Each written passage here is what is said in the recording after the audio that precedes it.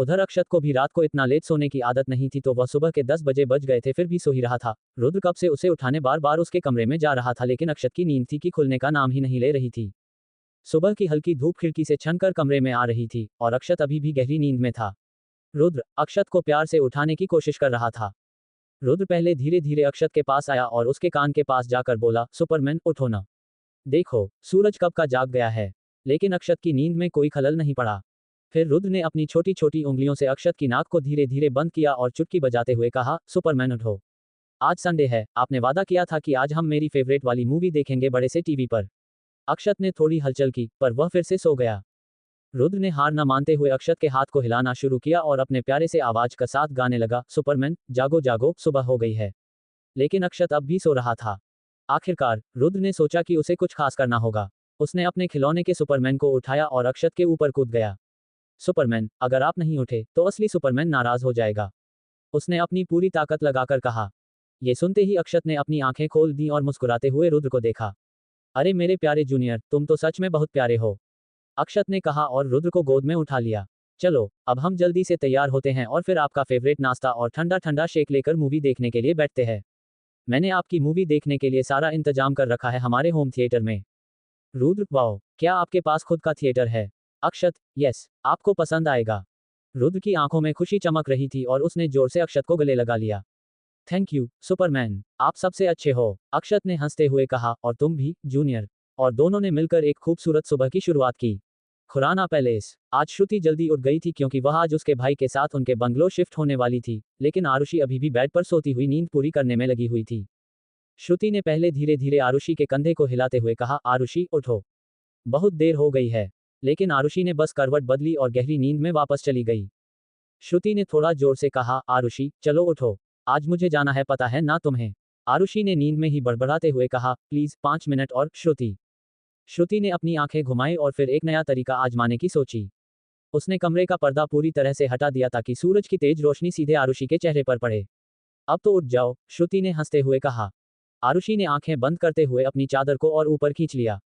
श्रुति ने अब थोड़ा और जोर लगाया, अगर तुम अभी भी नहीं उठी तो मैं तुम्हारे ऊपर ठंडा पानी डाल दूंगी, उसने मजाकिया लहजे में धमकाया। ये सुनकर आरुषि ने आधी खुली आंखों से कहा, ठीक है, मैं उठ रही हूँ। लेकिन उसने फिर से करवट बदल ली और सोने की कोशिश करने लगी। अब श्रुति ने एक आखिरी तरीका आजमाने का फैसला किया।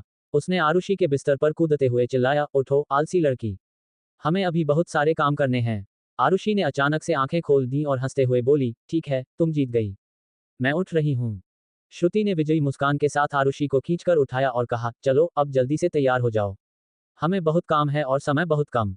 आखिरकार आरुषि उठ गई तो श्रुति जाकर बाकी का काम देखने लगी। आरुषि ने कल रात जो भी हुआ था वह सब कुछ अपने दोस्तों को बता दिया था, और अपने पैरों की चोट के बारे में भी। तो श्रुति ने आरुषि के उठते ही उसके पैरों में दवा लगा कर दी थी। उसके बाद वो कमरे से गई। आरुषि को अभी बस थोड़ा सा दर्द हो रहा था, वह भी सिर्फ तब जब वह चलने की कोशिश करती। आरुषि को आज जो ड्रेस पहनी थी उसे वह मिल नहीं रही थी, तो वह पूरे वार्डरोब में उसे ढूंढ रही थी, लेकिन फिर भी नहीं मिलती। आखिर वह थककर अपनी माँ के पास जाती है ड्रेस के बारे में पूछने, लेकिन नीति की भी पता नहीं सुबह सुबह कहाँ चले गए थे। आरुषि उन्हें ही ढूंढ रही थी। वह हाल में पहुंच जाती है और इधर उधर देखने लगती है, लेकिन उसे नीति जी कहीं भी नहीं मिल रही थी। एकदम से अपने कमरे में वापस जाने के लिए मुड़ती है तो किसी से टकरा जाती है। वो लगभग गिरने ही वाली थी कि सामने से कोई उसे पकड़ लेता है और गिरने से बचा लेता है। एक पल को तो आरुषि घबराकर अपनी आंखें बंद कर देती है, लेकिन फिर वह जैसे ही अपनी आंखें खोलकर सामने खड़े शख्स को देखते हैं तो उसे यकीन ही नहीं हो रहा था। उसके सामने और कोई नहीं बल्कि वही लड़का खड़ा था जिसे उसने कल रात पार्टी में देखा था। वह लड़का भी आरुषि को देखकर हैरान हो जाता है। लड़का, तुम क्या मेरा पीछा कर रही हो? लेकिन आरुषि ने तो जैसे उसकी बात सुनी ही नहीं। वह तो बस उसे लड़के को देखते ही बहुत खुश हो गई थी, क्योंकि उसे उम्मीद नहीं थी कि उसे अपना ड्रीम बॉय इतनी जल्दी दोबारा देखने को मिलेगा। वो अपनी खोई हुई आवाज में कहती है, तुम मेरे सपने में आए हो या मैं तुम्हारे सपने में? लड़का, क्या? आरुषि तो कल रात की सीन को इमेजिन करने लगी जब उसे लड़के ने उसे अपनी गोद में उठाकर कमरे में बैठाया था और पैरों की चोट का भी ख्याल रखा। वह तो अपने मन में अलग ही इमेजिनेशन में लगी हुई थी। आरुषि की इमेजिनेशन। लड़का, हेलो, तुमसे ही पूछ रहा हूँ, तुम इस घर में क्या कर रही हो? उसे लड़की के जोर से बोलने से आरुषि होश में आती है। हाँ, क्या? लड़का, अरे मैंने पूछा कि तुम इस घर में क्या कर रही हो। आरुषि, कैसे सवाल कर रहे हो? अब मैं अपने ही घर में नहीं रह सकती क्या? वो लड़का हैरान होकर कहता है, क्या ये तुम्हारा घर है? एक मिनट, क्या तुम आरुषि हो? उसके मुंह से अपना नाम सुनकर आरुषि को तो खुशी के मारे उछलने का मन करता है, लेकिन वह खुद को कंट्रोल करती है। आरुषि, अरे लेकिन तुम्हें कैसे पता मेरा नाम? लड़का, ज्यादा मुश्किल नहीं था, आरुषि, लेकिन तुम यहाँ इतनी सुबह सुबह? लड़का, बस तुम्हें देखे बिना मुझसे रहा नहीं गया तो मैं तुरंत तुमसे मिलने चला आया स्वीट हार्ट। आरुषि के रिएक्शन देखकर वह लड़का जोर जोर से हंसने लगता है और आरुषि समझ जाती है कि वह मजाक कर रहा था। आरुषि, क्या मैं सच में ड्रीम बॉय को देख रही हूँ या फिर अभी भी नींद में हूँ? लड़का, क्या? कौन? राधिका और सैम सुबह सुबह श्रुति और आरुषि को मिलने आए थे क्योंकि श्रुति को आज शिफ्ट करना था, तो बस वह दोनों ऐसे ही मदद करने के लिए आए हुए थे। श्रुति उन लोगों के साथ ही थी और वह तीनों कब से हाल में दूर खड़े इन दोनों की हरकतें देख रहे थे। आरुषि की ऐसी हरकतें देखकर उन तीनों को यह समझने में जरा भी वक्त नहीं लगा कि यह वही लड़का है जिसको लेकर आरुषि कल पागल हो रही थी। आरुषि अब बहुत ज्यादा ब्लश करने लगी थी, उसके गाल भी पूरे लाल हो चुके थे। राधिका और सैम को भी उसके सिचुएशन पर हंसी आ रही थी। वह तीनों अब आरुषि और उस लड़के के पास जाते हैं। आरुषि उन तीनों को देखकर कुछ कहती उससे पहले ही श्रुति उस लड़के को गले मिलते हुए कहती है, हेलो भाई, कैसे हो आप? आपने तो कहा था आप सुबह जल्दी आ जाओगे, लेकिन आपने तो बहुत देर कर दी। श्रुति के मुंह से उसे लड़की के लिए भाई सुनकर आरुषि हैरान हो जाती है। राधिका और सैम के भी होश उड़ जाते हैं ये सुनकर। श्रुति को उन सबका रिएक्शन देखकर कुछ अजीब नहीं लगा, बल्कि उसने तो ऐसे ही रिएक्शन एक्सेप्ट किए थे। फिर वह सबसे उस लड़के का इंट्रोडक्शन करवाती है। श्रुति, ओके तो गाइज, ये है मेरे भाई नील मेहरा, जिनके बारे में मैंने तुम सबको बताया था। यह मुझे लेने आए हैं। अब मैं इनके साथ ही हमारे नए घर में रहूंगी। सैम, ओ श्रुति, तो ये तुम्हारा भाई है? फिर सैम आरुषि की तरफ देखकर बोलता है, देख आरू, ये तो श्रुति का भाई है। श्रुति राधिका, आरुषि और सैम का इंट्रोडक्शन भी करवाती है नील के साथ। नील सबसे अच्छे से हेलो कहता है, लेकिन जब आरुषि की बारी आती है तो वह उससे पूछता है, वैसे तुम कितने साल की हो? आरुषि, 24 साल। नील, क्या हो ही नहीं सकता? उद्धरण चिन्ह। आरुषि, क्यों? नील, अरे शक्ल से तो तुम 14 साल की बच्ची लग रही हो और हरकतें तो 5 साल के बच्चों वाली है, तो फिर तुम 24 साल की कैसे हुई? आरुषि, अरे पर मैंने क्या किया? नील, ऊपर से यह क्या कार्टून पहन कर रखा है? कोई भी तुम्हें देखकर यही बोलेगा कि तुम 16 साल से ज्यादा की तो हो ही नहीं सकती पक्का। राधिका, श्रुति और सैम तीनों ही नील की बात सुनकर हंसने लगते हैं और आरुषि बच्चों जैसा मुंह बना देती है। नील ने उसे ऐसा कहा था क्योंकि आरुषि अभी भी नाइट ड्रेस में थी। उसने अपनी क्यूट वाली नाइट ड्रेस पहनी हुई थी जिसके शर्ट और पजामे के ऊपर कार्टून बना हुआ था, इसी वजह से नील ने उसे ऐसा कहा। आरुषि को तो इस वक्त बहुत शर्म आ रही थी क्योंकि एक तो उसका सबसे पहले वाला क्रश अभी उसके सामने खड़ा था और दूसरी बात यह कि जिस पर उसे क्रश आया था वह उसकी दोस्त का भाई निकला। अब इस सिचुएशन को कैसे हैंडल करना है उसे समझ नहीं आ रहा था। लेकिन दूसरी तरफ नील तो किसी और ही ख्याल में था। उसकी नजरें बार बार जाकर राधिका के ऊपर रुक रही थी। श्रुति ने उसका इंट्रोडक्शन रूही अग्रवाल के नाम से करवाया था, लेकिन पता नहीं क्यों मगर नील को रूही बहुत ही जानी पहचानी सी लग रही थी। वह बस समझने की कोशिश कर रहा था कि रूही को देखकर उसे ऐसा क्यों लग रहा है। एक तरफ नील रूही को पहचानने में लगा हुआ था, दूसरी तरफ राधिका जैसे तैसे अपने इमोशंस को कंट्रोल किए हुए थी। भले ही नील उसे नहीं पहचान पाया, लेकिन वह नील को बहुत अच्छे से पहचानती थी। लेकिन उसने ऐसे बेहवे किया जैसे वो उसे जानती ही नहीं। नील मेहरा, उम्र 26 साल, गहरा रंग और हैंडसम चेहरा, वो श्रुति का बड़ा भाई था और यहाँ बेंगलोर उन्होंने जो नई ब्रांच शुरू की थी उसी की देखभाल के लिए आया हुआ था। उसने भी अपनी स्टडी अब्रॉड से खत्म करी हुई थी और फिर इंडिया आकर अपने पापा और बड़े भाई के साथ बिजनेस ज्वाइन कर लिया। इससे पहले कि नील कोई और सवाल करता, राधिका बहाना बनाकर वहां से निकल जाती है और अक्षत के घर पहुंचती है रुद्र से मिलने के लिए। राधिका को आया देख रुद्र काफी खुश हो जाता है और अक्षत को भी अच्छा लगता है। राधिका पहले दादू से मिलती है और उनसे थोड़ी बहुत बातें करती है और फिर वो तीनों साथ मिलकर गेम खेलने लगते हैं। अक्षत, रूही और रुद्र साथ मिलकर हाइड एंड सीक नामक गेम खेल रहे थे। यह उनका पसंदीदा खेल था जिसमें रुद्र को खोजने के लिए सभी घर में छुपना होता था। रुद्र के जोशीले स्वभाव ने इस खेल को और भी मजेदार बना दिया। खेल की शुरुआत में रुद्र ने अपने छिपने के स्थान के राज नहीं बताया और अक्षत और रूही को उसे ढूंढने के लिए दे दिया। 1, 2, 3, शुरू हो जाओ, अक्षत ने हंसते हुए कहा और उन दोनों ने खोजना शुरू किया। रुद्र अपनी बहादुरी से कहा, मुझे ढूंढ कर दिखाओ, और उसने एक कोने में छुपने का फैसला किया। अक्षत और रूही बच्चों की तरह उत्साहित होकर उसे ढूंढने लगे। वे कमरे के कोनों कोनों में जाकर उसे ढूंढने की कोशिश कर रहे थे। रुद्र, यहाँ कहाँ हो सकते हैं? शायद वह कमोड के पीछे छुपा हुआ है, रूही ने अक्षत से कहा। रुद्र ने धीरे से छुपकर फिर खुद को दिखाया। हाँ, मैं यहाँ हूँ, उसने हंसते हुए कहा। खेल के बाद वे तीनों खूब हंसते हैं और बहुत ज्यादा हंसी मजाक कर रहे थे। रुद्र को टेस्टी खाने का बहुत शौक था और अक्षत और रूही दोनों ही यह बात बहुत अच्छे से जानते थे। आज अक्षत ने उनके लिए दोनों की पसंद का खाना ऑर्डर किया और फिर सब ने साथ मिलकर लंच किया। उसके बाद रुद्र बहुत जिद करता है तो अक्षत और राधिका फिर से उसके साथ खेलने लगते हैं। इस बार छुपने की बारी अक्षत और रूही की थी। काफी वक्त तक खेलने के बाद राधिका अपने घर वापस लौट आती है। आज संडे था तो वह रुद्र को भी अपने साथ लेकर आई थी। उसके साथ थोड़ा और वक्त बताने के लिए सरिता जी और मुकेश जी भी रुद्र से मिलकर काफी खुश हो गए थे। उसके साथ बातें करने में और खेलने में उन्हें बहुत मजा आ रहा था। आरुषि ने राधिका को कॉल करके बता दिया था कि श्रुति उसके घर चली गई है अपने भाई के साथ। लेकिन राधिका ने कुछ खास रिएक्ट नहीं किया और थोड़ी सी बात करके फोन रख दिया। नील और राधिका एक दूसरे को बहुत पहले से जानते थे क्योंकि नील के पापा और राधिका के पापा दोनों एक दूसरे के बहुत अच्छे दोस्त थे। राधिका और नील भी काफी अच्छे दोस्त थे, लेकिन फिर नील आगे की पढ़ाई के लिए इंडिया से बाहर चला गया था। उसने अपनी पूरी पढ़ाई आउट ऑफ इंडिया से ही कंप्लीट की थी, लेकिन इंडिया से दूर रहकर भी वह राधिका को भुला नहीं था। राधिका उसे बचपन से ही बहुत पसंद थी। जैसे जैसे वह समझदार होता गया उसे राधिका से प्यार होने लगा, लेकिन फिर पढ़ाई की वजह से उसे इंडिया से दूर जाना पड़ा और वह राधिका को कभी बता ही नहीं पाया। इसी बीच राधिका को मिहिर से प्यार हो गया और जब तक नील इंडिया वापस आया राधिका की शादी हो चुकी थी। राधिका की शादी के बारे में जानकर नील का दिल टूट चुका था, लेकिन उसने अपने आप को संभाल लिया। उसने इस बात के बारे में किसी को भी नहीं बताया। नील ने वापस आकर अपने पापा की कंपनी ज्वाइन कर दी थी। राधिका वहां पर पहले से ही जॉब करती थी क्योंकि उसने कॉलेज खत्म करने के बाद कुछ कंपनी में जॉब के लिए अप्लाई किया था और नील के पापा की कंपनी में उसकी एप्लीकेशन अप्रूव हो चुकी थी। अब नील भी वापस आ चुका था और रेगुलरली ऑफिस जाने लगा था, तो राधिका से उसका हर रोज मिलना होता रहता था। राधिका को देखकर नील को बहुत बुरा लगता कि वह उसे पा नहीं सका, लेकिन उसने इन सब वजह से राधिका के साथ अपनी दोस्ती खराब नहीं होने दी और राधिका का बहुत अच्छा दोस्त बन रहा और ऊपर से राधिका को भी नील के साथ अच्छा लगता था। नील राधिका और मिहिर की शादी की टॉक्सिसिटी के बारे में भी जानता था। मिहिर राधिका को कितना टॉर्चर करता ये बात भी उसे पता थी क्योंकि राधिका ने उसे सब कुछ बताया हुआ था। ऐसे तो राधिका किसी को कुछ नहीं बताती थी, मगर नील राधिका का चेहरा देखकर ही समझ जाता था कि कुछ तो हुआ है और फिर वह इतना फोर्स करता कि राधिका उसे सब कुछ बताए बिना रह नहीं पाती। मिहिर के बारे में सब कुछ जानकर नील को गुस्सा तो इतना आता कि वह अभी जाकर मिहिर की जान ले ले, मगर सिर्फ राधिका की वजह से उसने खुद को रोका हुआ था क्योंकि वह अपनी शादी को बिगाड़ना नहीं चाहती थी और वह हमेशा नील से कहती कि वह मिहिर से प्यार करती है। दिन ऐसे ही बीत रहे थे और एक दिन राधिका की मौत की खबर मिली। राधिका की मौत के बारे में जानकर नील पूरी तरह से टूट चुका था। उसने कभी सोचा नहीं था कि वह राधिका को इस तरह से खो देगा। भले ही राधिका और उसके बीच प्यार का कोई रिश्ता नहीं था, लेकिन राधिका उसके लिए तब भी बहुत इंपॉर्टेंट थी। वह उसकी सबसे अच्छी दोस्त थी। राधिका की मौत को लेकर नील को पूरा शक मिहिर के ऊपर ही था। उसे यकीन था कि जरूर मिहिर ने ही कुछ किया है और वह इसी बात के लिए काफी टाइम से सबूत ढूंढने की कोशिश भी कर रहा था, लेकिन मिहिर इतना शातिर निकला कि उसने एक भी सबूत नहीं छोड़ा था और राधिका की मौत के बारे में बात यूं ही दब गई। वैसे नील के बारे में एक और राज की बात है। वह भले ही इस वक्त अपने पापा और बड़े भाई के साथ मिलकर बिजनेस में लगा हुआ था, लेकिन उसने एमबीबीएस की डिग्री कंप्लीट करी हुई थी। नील का बचपन से एक ही सपना रहा था कि वह एक बहुत बड़ा डॉक्टर बनना चाहता है, लेकिन उसके पापा और फैमिली चाहती थी कि नील बिजनेस में मदद करें और आगे जाकर उसके भाई के साथ मिलकर बिजनेस का काम संभाले। नील ने काफी समझाने की कोशिश भी की थी कि उसे किस फील्ड में इंटरेस्ट है, लेकिन उसके घर वाले नहीं माने थे। फिर भी मिलकर बहुत रिक्वेस्ट करने पर उन्होंने उसे एमबीबीएस करने की परमिशन दे दी। आखिरकार नील ने खुद को साबित करके दिखाया। वह उसकी यूनिवर्सिटी में टॉप रैंक पर भी आया था। इस वजह से पूरी फैमिली ने उसकी काफी तारीफ भी करी। इतना सब देखकर आखिर नील के पापा ने उसे जो मर्जी हो वह करने को बोला।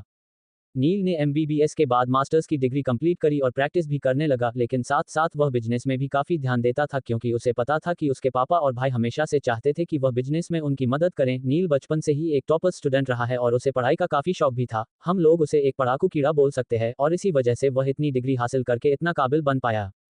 नील के पापा के एक दोस्त बेंगलुरु में डॉक्टर थे। वह काफी काबिल डॉक्टर रहे थे और उन्होंने बेंगलुरु में काफी नाम भी कमाया था। उन्होंने अपना खुद का बड़ा हॉस्पिटल खोल रखा था, लेकिन उनके कोई बच्चे नहीं थे और अब उनकी उम्र भी काफी हो चुकी थी, तो वह अब इस काम से रिटायरमेंट लेना चाहते थे। लेकिन वह इतने बड़े अस्पताल की जिम्मेदारी ऐसे ही किसी को तो नहीं समझ सकते थे, इसीलिए उन्होंने इस अस्पताल की सारी जिम्मेदारी नील को सौंपी थी क्योंकि बचपन से ही नील की अपने अंकल के साथ काफी बनती थी और उसके अंकल ये भी बहुत अच्छे से जानते थे कि बचपन से ही नील को मेडिकल फील्ड में बहुत ज्यादा इंटरेस्ट है।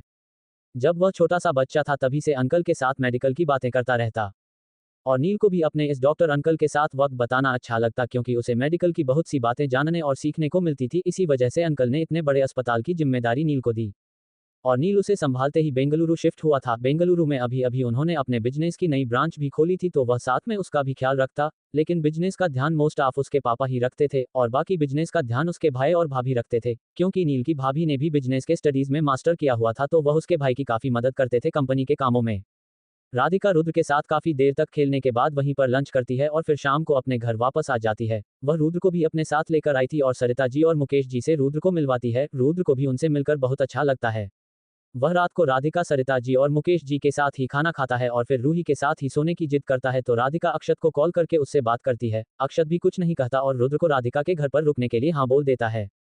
राधिका ठीक है, तो रुद्र आज यहीं सो जाएगा, मैं उसे कल सुबह तुम्हारे घर पर छोड़ जाऊंगी, तुम भी वहां घर पर दादू का ख्याल रखना। Akshat okay, good night. Radhika good night. Radhika call रख देती है और फिर वह रुद्र को लेकर अपने कमरे में चली जाती है। वहां रुद्र राधिका की गोद में ही सो जाता है और फिर थोड़ी देर में राधिका की आंख भी लग जाती है। अगले दिन सुबह आज राधिका बहुत ही जल्दी उठ गई थी। वह फ्रेश होकर ऑफिस के लिए तैयार होती है। आज उसकी बहुत ही जरूरी मीटिंग थी mister Parikh group of company के साथ। उसने ही देव से कहा था मिहिर के साथ इस मीटिंग को शेड्यूल करने के लिए, और देव ने काफी चालाकी से मीटिंग को इस तरह से तय किया था कि मिहिर को लगे कि यह बस एक नॉर्मल बिजनेस मीटिंग है, एक कॉन्ट्रैक्ट डील के लिए, जो उसे लक बाई चांस मिल रही है।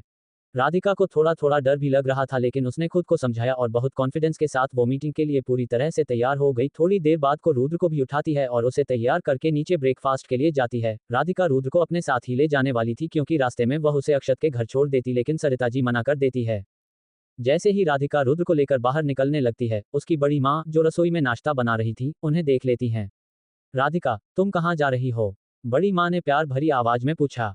माँ, मैं रुद्र को उसके घर छोड़ने जा रही हूँ, राधिका ने जवाब दिया। उसे अक्षत के घर वापस पहुंचाना है। बड़ी माँ ने रसोई का काम छोड़कर राधिका के पास आकर कहा, राधिका, रहने दो।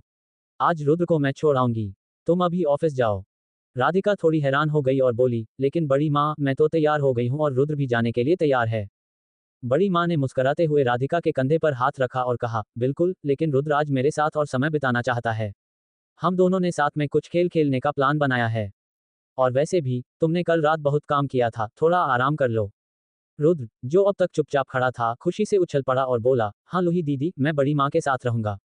हम बहुत मजे करेंगे। राधिका ने रुद्र की खुशी देखकर हामी भर दी। ठीक है बड़ी माँ, आप उसे छोड़ दीजिए, उसने मुस्कुराते हुए कहा। चलो, अब नाश्ता कर लो और फिर मैं रुद्र को उसके घर छोड़ने जाऊंगी, बड़ी माँ ने प्यार से कहा। राधिका ने सहमति में सिर हिलाया और सभी ने मिलकर नाश्ता किया। बाद में, बड़ी माँ रुद्र को उसके घर छोड़ने के लिए तैयार हो गई और राधिका अपने कामों में लग गई, मन में इस बात की खुशी लिए कि उसका छोटा भाई अपनी बड़ी माँ के साथ भी बहुत खुश है। रूह इंडस्ट्री मीटिंग का वक्त हो चुका था। मिहिर कब का ऑफिस आ चुका था, लेकिन राधिका जानबूझकर उसे इंतजार करवा रही थी। इस बारे में मिहिर कुछ नहीं कर सकता था, क्योंकि उसकी कंपनी रूह इंडस्ट्री के आगे तो छोटी ही थी और उसके लिए ये डील होना बहुत जरूरी था। क्योंकि अगर आज ये डील एक्सेप्ट हो जाती है तो मिहिर की कंपनी को बहुत ज्यादा फायदा होने वाला था, जिसका मूल्य करोड़ों में था। महीने में काफी देर तक इंतजार किया, लेकिन उसमें वह कुछ नहीं कह सकता था, क्योंकि खुद वही मीटिंग के वक्त के बहुत पहले पहुंच चुका था ऑफिस। राधिका तो एकदम मीटिंग के टाइम पर ही आए और आखिरकार मीटिंग शुरू हुई। राधिका, जो इस वक्त रूही के नाम से अपनी जिंदगी की रही थी, वो मिहिर के सामने बैठी थी। कॉन्ट्रैक्ट साइन करने का समय आ चुका था। मिहिर, जो अभी भी राधिका को मरा हुआ समझता था, उसके सामने बैठा था और किसी तरह की पहचान नहीं कर पा रहा था कि यह वही राधिका है, जो कभी उसकी पत्नी थी।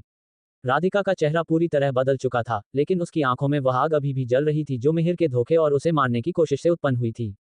लेकिन राधिका ने लेंस की मदद से अपनी वह पहचान भी छुपा रखी थी। रूही के नाम से जीने वाली राधिका ने अपने अंदर के गुस्से को काबू में रखते हुए चेहरे पर एक नकली मुस्कान लाकर मिहिर से कहा, मिहिर, हमें इस डील से काफी फायदा होगा। आशा है आप भी हमारे सहयोग से खुश होंगे। मिहिर ने रूही की ओर देखते हुए कहा, हाँ बिल्कुल मिस रूही, आपकी कंपनी के साथ काम करने का हमें भी बहुत इंतजार है। राधिका की हर नस में गुस्सा दौड़ रहा था, लेकिन उसने अपने आप को बहुत संभाल कर रखा। उसने एक पल के लिए अपनी नजरें मिहिर की आंखों में डाली, ताकि वह उसके धोखे और दर्द को महसूस कर सके। मिहिर, क्या आपको कभी ऐसा महसूस हुआ है कि कुछ खो जाने के बाद ही उसकी असली कीमत समझ में आती है? मिहिर ने थोड़ा चौंकते हुए कहा, हाँ कई बार ऐसा हुआ है। लेकिन ये सवाल अभी कैसे? राधिका ने अपनी आवाज को काबू में रखते हुए कहा, बस ऐसे ही, कुछ यादें ताज़ा हो गईं। खैर, इस डील पर साइन करने से पहले, मैं चाहूंगी कि हम कुछ शर्तों पर बात करें। मिहिर ने सिर हिलाते हुए कहा, बिल्कुल, आप जो चाहें वो शर्तें रख सकती हैं। राधिका ने एक कागज निकाला और उसमें लिखी शर्तों को पढ़ते हुए कहा, मैं चाहती हूं कि इस डील में कुछ सुरक्षा उपाय भी शामिल हों, ताकि भविष्य में किसी भी तरह की गलतफहमी न हो। मिहिर ने कागज की ओर देखते हुए कहा, बिल्कुल, ये सब किया जा सकता है। आप अपने अनुभव से ये सब कह रही हैं, तो मैं यकीनन मानता हूं कि यह सब जरूरी है। राधिका ने उस कागज को मिहिर की ओर बढ़ाते हुए कहा, ठीक है, तो ये साइन करें और हम इसे अंजाम दें। मिहिर ने पेपर साइन करते हुए कहा, मुझे खुशी है कि आप इतनी प्रोफेशनल हैं। राधिका ने दिल में सोचते हुए कहा, प्रोफेशनल? मिहिर, तुम नहीं जानते कि यह सब मैं किस मकसद से कर रही हूं। उसने बाहर से मुस्कुराते हुए कहा, धन्यवाद मिस्टर मिहिर।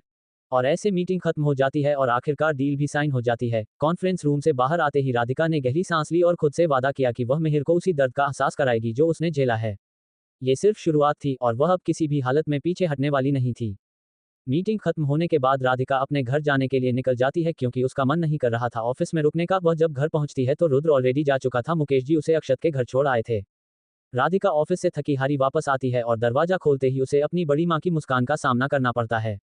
बड़ी माँ हमेशा की तरह रसोई में व्यस्त थीं।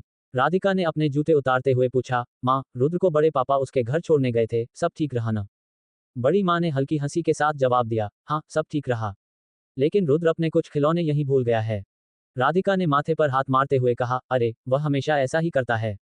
इतना भूल ककड़ कैसे हो गया वो? वैसे कौन कौन से खिलौने भूल गया? बड़ी माँ ने एक छोटे से बॉक्स की ओर इशारा करते हुए कहा, वही उसकी पसंदीदा कार और कुछ छोटी छोटी गाड़ियों का सेट। मैं सोच रही थी कि कल तुम्हारे ऑफिस जाने से पहले इन्हें रुद्र के घर भिजवा दें। राधिका ने बॉक्स को उठाते हुए मुस्कुराकर कहा, ठीक है माँ, मैं कल सुबह ही इन्हें उसके घर छोड़ आऊंगी। बड़ी माँ ने प्यार से राधिका के सिर पर हाथ फेरते हुए कहा, तुम भी ना काम में इतनी व्यस्त हो जाती हो कि अपने लिए वक्त ही नहीं निकालती। थोड़ा आराम कर लो। राधिका ने एक थकी हुई मुस्कान के साथ कहा, हाँ माँ, अब थोड़ा आराम करूंगी। राधिका अपने कमरे की ओर बढ़ते हुए सोचने लगी कि कैसे रुद्र हर बार कुछ न कुछ भूल जाता है और उसे वापस लाना पड़ता है। राधिका जब मुंबई में उनके साथ थी तब भी वह हमेशा ऐसे ही करता था और कुछ ना कुछ भूल कर आ जाता था घर पर। फिर राधिका उस पर मीठा गुस्सा करती लेकिन रुद्र उससे डरने के बजाय हंसने लगता। राधिका उन फलों को याद करते हुए मुस्कुराती है, उसे ये भी अच्छा लगता है कि इस बहाने वह रुद्र के घर जा सकेगी और उससे मिल सकेगी। ये छोटी छोटी बातें ही तो रिश्तों की मिठास बनाए रखती हैं। राधिका ऑफिस से बहुत ही थकी हारी वापस आई थी। आज का दिन बेहद कठिन था। पहले मिहिर के साथ मीटिंग, बाकी क्लाइंट्स के सवाल और अधूरे प्रोजेक्ट्स की चिंता ने उसके मन को बोझिल कर दिया था। वह सीधा अपने कमरे में चली गई। दरवाजा बंद कर वह अपने बेड पर जाकर बैठ गई, जैसे सारी दुनिया का बोझ उसके कंधों पर आ गया हो। उसने अपने बालों को हल्के से बांध कर खोला और एक गहरी सांस ली। उसकी आंखें कमरे की दीवारों पर स्थिर हो गईं, लेकिन दिमाग कहीं और ही था। आज का दिन कितना लंबा और थकान भरा था, ये सोचकर ही उसे और अधिक थकान महसूस हो रही थी। ऊपर से पास्ट में उसके साथ जो कुछ भी हुआ था, उसका दर्द और लगातार उन्हीं सब ख्यालातों ने और मानसिक तनाव ने उसे अंदर से झकझोर कर रख दिया था। उसे महसूस हो रहा था कि उसकी ऊर्जा जैसे खत्म हो गई हो और वह अब और कुछ सहन नहीं कर सकती। उसकी बड़ी माँ और बड़े पापा रसोई में बात कर रहे थे, लेकिन राधिका का किसी भी बात में मन नहीं लग रहा था। उसने अपने कमरे की खिड़की से बाहर झांकते हुए सोचा कि काश आज का दिन जल्दी खत्म हो जाए। वह एक कप चाय या कॉफी बनाने का भी मन नहीं कर रहा था। उसने अपने बिस्तर पर लेटते हुए अपनी आंखें बंद कर लीं, लेकिन नींद भी उसकी आंखों से कोसों दूर थी। वह सिर्फ सुकून के कुछ पल चाहती थी, जहां वह खुद को संभाल सके, खुद को खुश कर सके और पुरानी दर्दनाक यादों को थोड़ी देर के लिए ही सही लेकिन भुला सके, मगर वह पल उसे नहीं मिल रहा था। कमरे की खामोशी में उसे अपनी ही सांसों की आवाज सुनाई दे रही थी। हर छोटी छोटी बात उसे परेशान कर रही थी और उसे लग रहा था कि जैसे वह किसी अंधेरी सुरंग में फंस गई हो, जहां से बाहर निकलने का कोई रास्ता नहीं था। उसके मन में एक हलचल सी हो रही थी, एक बेचैनी जो उसे चैन नहीं लेने दे रही थी। उसने सोचा कि शायद थोड़ी देर के लिए सोने से उसकी थकान और विचार कुछ कम हो जाए, लेकिन आंखें बंद करने पर भी उसे कोई राहत नहीं मिली। राधिका ने अपनी बड़ी माँ की आवाज सुनी जो उसे बुला रही थी, लेकिन आज उसका किसी से बात करने का भी मन नहीं था। उसने सोचा कि शायद थोड़ी देर अकेले रहने से वह खुद को फिर से सहेज सकेगी। उसने अपने मन को शांत करने की कोशिश की, लेकिन आज उसकी कोशिशें भी नाकाम हो रही थीं। जब राधिका से ज्यादा देर तक सहन नहीं हुआ तो उसने अभी के अभी अक्षत के घर जाकर रुद्र और दादू से मिलने का फैसला किया। उसे लगा कि उनके साथ वक्त बताने से उसे जरूर अच्छा लगेगा और वह काफी हल्का महसूस करेगी। वह सरिता जी को इन्फॉर्म करती है और तुरंत अपनी गाड़ी लेकर अक्षत के घर जाने के लिए निकल जाती है। अक्षत भी बस अभी अभी अपनी ऑफिस से लौटा था और कमरे में फ्रेश होने के लिए गया था। रुद्र बाहर गार्डन में ही खेल रहा था और दादू अंदर हाल में बैठे शांति से किताब पढ़ रहे थे। जब राधिका अक्षत के घर पहुंचती है तो रुद्र उसे बाहर गार्डन में ही मिल जाता है। अब तो अक्षत के सारे गॉड्स भी राधिका को अच्छे से पहचानते थे, इसलिए वह उसे अब नहीं रोकते थे। राधिका पहले रुद्र से जाकर मिलती है। रुद्र भी राधिका को आया हुआ देखकर काफी खुश हो जाता है। रुद्र से मिलने के बाद वह अंदर जाती है, वही उसे सामने दादू नजर आते हैं जो किताब पढ़ने में खोए हुए थे। वह उनके थोड़ा सा करीब जाकर खांसने की आवाज निकलती है तो दादाजी का ध्यान उसके तरफ जाता है। राधिका को आया हुआ देखकर वह खुश हो जाते हैं। अरे रूही बेटा, आओ आओ, तुम कब आए? और अच्छा किया जो आ गए, वैसे भी हम लोग बहुत बोर हो रहे थे। राधिका, कोई बात नहीं दादू, अब मैं आ गई हूं ना, अब आपको बिल्कुल भी बोर नहीं होने दूंगी। रूही के मुंह से अपने लिए दादू शब्द सुनकर दादाजी को राधिका की याद आ गई, क्योंकि राधिका उन्हें हमेशा ही दादू दादू कहकर बुलाती थी। आज ये पहली बार था जब रूही के रूप में राधिका के मुंह से गलती से दादू निकल गया। दादाजी एक तक राधिका को देखते ही रहते हैं। राधिका भी समझ गई थी अब तक कि उसने गलती से उन्हें दादू बोल दिया। राधिका, सॉरी दादाजी, वह गलती से निकल गया। दादाजी, नहीं, सॉरी की कोई बात नहीं है। मुझे तुम्हारे मुंह से दादू सुनकर काफी अच्छा लगा। ऐसा लग रहा है जैसे तुम मेरी बच्ची राधिका ही हो, बस चेहरा बदला हुआ है। दादाजी की यह बात सुनकर राधिका घबरा जाती है, लेकिन उसे समझ नहीं आ रहा था कि वह इस बात को कैसे घुमाए। तभी इस वक्त अक्षत अपने कमरे से फ्रेश होकर हाल में आता है। उसने राधिका और दादाजी के बीच की सारी बातें सुन ली थी, इसीलिए वह दादाजी का ध्यान भटकाने के लिए कहता है, अक्षत, अरे दादाजी, आपने आज रात के खाने के लिए तो बोल दिया है ना? मुझे बहुत भूख लगी है। खाना कब तक रेडी होगा? अब मुझे रहा नहीं जा रहा। दादाजी, अरे अक्षत बेटे, तुम थोड़ी देर बैठो, मैं रात के खाने के लिए कब से बोल दिया है, अब तक तो खाना बन भी चुका होगा। अच्छा देखो, रूही आई हुई है, तुम उसके साथ बैठो, थोड़ी देर में किचन में जाकर कुछ नाश्ता और चाय बनाने के लिए कहता हूँ। अक्षत, अरे दादाजी, नाश्ता क्यों? अभी यह मैडम रात को डिनर के वक्त आई है तो क्या हमारे साथ डिनर करके नहीं जाएगी? क्यों रूही, क्या तुम्हें हमारे साथ डिनर नहीं करना? रूही, नहीं, वह मुझे कोई प्रॉब्लम नहीं है, लेकिन घर पर बड़ी माँ इंतजार कर रही होगी। मैं तो बस ये रुद्र अपने कुछ खिलौने उधर घर पर ही भूल गया था। और अगर रात को उसको उसके सारे खिलौने ना दिखे तो पूरे घर में हंगामा मचा देता है, इसलिए मैं तो बस इसे लौट आ गई थी और सोचा कि इसी बहाने रुद्र से भी मिल लूंगी। थोड़ी देर उसके साथ खेलने से ही सारी थकान दूर हो जाती है और दिमाग भी काफी हल्का महसूस करता है। राधिका तो मुस्कुराते हुए ये सब बोल रही थी, लेकिन दादाजी को उसकी यह सब बातें सुनकर काफी अजीब लगा। वह बस यही सोचने लगे कि रूही को रुद्र के बारे में इतना सब कैसे पता है। यहाँ तक कि यह बात भी कि रुद्र को रात को अपने खिलौने को देखे बिना नींद नहीं आती और वह काफी हंगामा मचाता है। लेकिन इस वक्त दादाजी इस बारे में कुछ नहीं रहते और चुपचाप किचन में चले जाते हैं। राधिका उन्हें बहुत मना करती है और वही बैठने के लिए कहती है, लेकिन ये दादाजी का डेली रूटीन था। रात को खाने से पहले वह हमेशा किचन में जाकर चेक करते थे कि खाना ठीक से बना है कि नहीं, तो फिर राधिका उन्हें ज्यादा फोर्स नहीं करती। उनके जाने के बाद अक्षत और राधिका की नजरें मिलती है। राधिका उसे इशारों में ही थैंक यू बोलता है, लेकिन अक्षत उसे एक नजर देखकर अपनी नजरें घुमा लेता है और उसे इग्नोर कर देता है। राधिका को ये बात बहुत ही अजीब लगती है कि अक्षत ने ऐसा क्यों किया। राधिका, ओए क्या प्रॉब्लम है, तुम ऐसे मुझे इग्नोर क्यों कर रहे हो। अक्षत, मैं इग्नोर नहीं कर रहा। राधिका, अच्छा तो फिर उधर क्या देख रहे हो और मुझसे बात क्यों नहीं कर रहे। अक्षत उसे कुछ भी नहीं बता रहा था, लेकिन फिर राधिका के बहुत फोर्स करने पर वह गुस्सा हो जाता है। राधिका अपने प्लान के तहत मिहिर की कंपनी के साथ डील कर चुकी थी। ये डील मिहिर की कंपनी के लिए बेहद फायदेमंद साबित हो रही थी, लेकिन राधिका का असली मकसद कुछ और था। उसकी योजना थी कि धीरे धीरे मिहिर की कंपनी को अंदर से खोखला कर दिया जाए और उसे तबाह कर दिया जाए। लेकिन उसकी इस योजना से अक्षत बेहद नाराज था। अक्षत, यार ये क्या कर रही हो तुमने मिहिर की कंपनी के साथ डील कर ली और अब उसकी कंपनी को फायदा हो रहा है। ये सब क्या है, अक्षत ने कड़क आवाज में कहा। राधिका ने गहरी सांस लेते हुए जवाब दिया, अक्षत मैंने ये सब बहुत सोच समझ कर किया है। ये सब मेरे बदले की योजना का हिस्सा है। अक्षत ने चिढ़ते हुए कहा, बदला? ऐसा कौन सा बदला है जो तुम उसकी कंपनी को फायदा पहुंचाकर ले रही हो। तुम जानती हो कि मिहिर ने तुम्हें मारने की कोशिश की थी और अब तुम उसकी मदद कर रही हो। राधिका ने अक्षत की ओर देखते हुए कहा, तुम समझ नहीं रहे हो अक्षत। ये सब एक खेल है, एक लंबी योजना का हिस्सा है। मुझे पहले मिहिर का विश्वास जीतना होगा ताकि मैं उसे पूरी तरह से तबाह कर सकूं। अगर मैं शुरू से ही उसे नुकसान पहुंचाने लगूं तो वह सतर्क हो जाएगा और मेरे असली इरादों को समझ जाएगा। अक्षत ने निराशा भरे स्वर में कहा, लेकिन इस बीच उसकी कंपनी तो मुनाफा कमा रही है। तुम ऐसा कैसे कर सकती हो। ये सब कुछ तुम्हारे प्लान का हिस्सा हो सकता है, लेकिन इस तरह तुम खुद को और तुम्हारी कंपनी को खतरे में डाल रही हो। राधिका ने दृढ़ता से कहा, मुझे पता है कि मैं क्या कर रही हूँ। मिहिर को विश्वास दिलाना जरूरी है कि मैं उसके पक्ष में हूँ। जब वह पूरी तरह से मुझ पर विश्वास करने लगेगा तब मैं उसे उसके ही जाल में फंसाऊंगी। मुझे धैर्य रखना होगा और तुम्हें भी। अक्षत ने अपना सिर हिलाते हुए कहा, मैं तुम्हारी योजनाओं का सम्मान करता हूं, लेकिन मैं तुम्हारी सुरक्षा को लेकर भी चिंतित हूं। अगर मिहिर को तुम्हारे असली इरादों का पता चल गया तो वह कुछ भी कर सकता है। राधिका ने अक्षत के कंधे पर हाथ रखकर कहा, मुझे पता है, लेकिन ये जोखिम मुझे उठाना ही होगा। मैं मिहिर को उसकी हर गलती की सजा दूंगी और यह डील उसी की शुरुआत है। तुम्हें मुझ पर विश्वास रखना होगा। अक्षत ने एक गहरी सांस ली और धीरे से कहा, ठीक है, मैं तुम्हारे साथ हूं, लेकिन अगर कभी मुझे लगा कि तुम्हें खतरा है तो मैं ये सब रोक दूंगा। राधिका ने सहमति में सिर हिलाया और अक्षत को भरोसा दिलाया कि वह अपने मिशन में पूरी तरह से सतर्क और तैयार है। एक तरफ राधिका अपनी बदले की आग में जल रही थी, लेकिन दूसरी तरफ अक्षत को बहुत चिंता हो रही थी कि इन सब चक्कर में राधिका को कोई नुकसान न पहुंचे, क्योंकि वह किसी भी हालत में उसे खोना नहीं चाहता था। थोड़ी देर उनके घर वक्त बताने के बाद राधिका वापस अपने घर जाने के लिए निकलती है, लेकिन तभी उसके पास समर की कॉल आती है। वह गाड़ी साइड पर ही रोक देती है और कॉल उठाती है। राधिका, हाँ सैम, बोलो क्या हुआ। सैम, यार रूह, प्लीज जितना हो सके उतना जल्दी हमारे ट्री हाउस पहुंच। बहुत बड़ी इमरजेंसी है यार, जल्दी कर। सैम की बात सुनकर राधिका बहुत घबरा जाती है। राधिका, क्या हुआ है, सब ठीक तो है ना, क्या इमरजेंसी है। सैम, यार ये आरू की बच्ची ने बहुत बड़ा हंगामा मचा रखा है, कब से समझाने की कोशिश कर रहे हैं लेकिन एक बात नहीं सुन रही। तू जल्दी से आना यार, अब सिर्फ तू ही इसे समझ सकती है। राधिका, क्या तुम अकेले हो उसके पास। सैम, नहीं, श्रुति भी है हमारे साथ, लेकिन यह पागल औरत श्रुति के सर पर बैठकर नाच रही है, कोई बात सुनने को ही तैयार नहीं है। राधिका, क्या उस ड्रीम बॉय को लेकर। सैम, हाँ यार, वही बात है। राधिका, हम लगा ही था उसका ड्रीम बॉय श्रुति का भाई निकला, और यह बात जानकर भी इतने वक्त तक मैडम शांत कैसे रही। ठीक है, मैं यही पास में ही हूँ, बस 10 मिनट में पहुंच रही हूँ, तब तक तुम लोग उसे संभालो।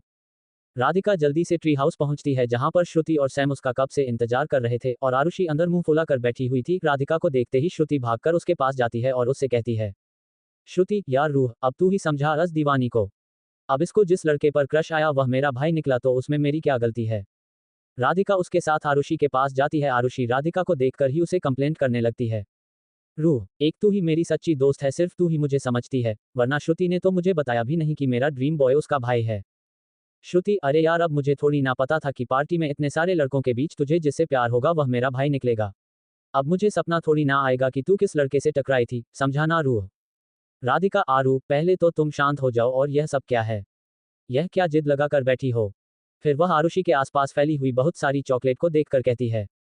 और अगर पूरा दिन ऐसे ही खाती रहे ना तो एक दिन डायबिटीज से ही मर जाना है तुम्हें। क्या हुआ है तुम्हें? क्या चल रहा है तुम्हारे दिमाग में? आरुषि, यार पहली बार मुझे किसी से प्यार हुआ और वह भी इस श्रुति का भाई निकला। ऊपर से वह तो मुझे 16 साल की बच्ची बोल रहा था और छोटी बच्ची बोलकर चिढ़ा कर गया। सैम बीच में ही बोलते हुए कहता है। अब बच्ची को बच्ची ही बोलेगा ना। हरकतें ही बच्चों जैसी है तो कोई क्या ही समझेगा।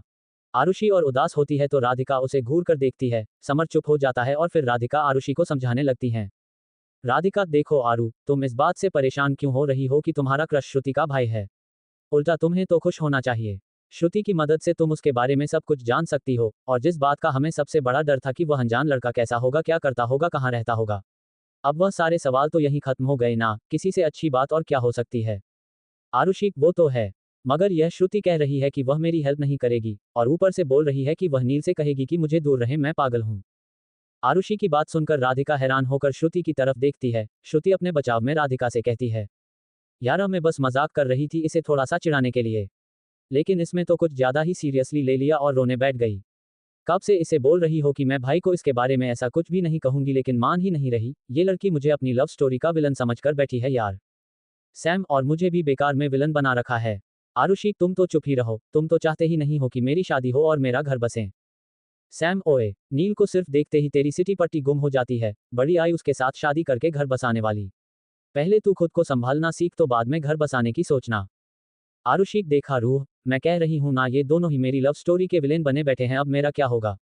राधिका तो अब इन लोगों के बीच पागल हो चुकी थी। आरुषि का स्वभाव अभी भी एकदम बच्चों जैसा था। वह मासूमियत और चंचलता का मिश्रण थी, और उसकी हरकतें हमेशा हंसी मजाक का कारण बनती थीं। आज ट्री हाउस में जैसे ही चारों दोस्त जमा हुए, आरुषि ने एक बहुत बड़ी बात छेड़ दी थी। अपने प्यार नील को लेकर, जैसे वह सिर्फ 2 दिन पहले ही मिली थी, वह भी सिर्फ 2 बार। इससे ज्यादा उसने नील से कभी भी बात नहीं की थी। अब वह अपने दोस्तों से पूछ रही थी कि उसे क्या करना चाहिए। श्रुति ने चिढ़ाते हुए कहा, आरुषि, मेरे भाई के बारे में सोचते हुए तुम्हें डर नहीं लगता?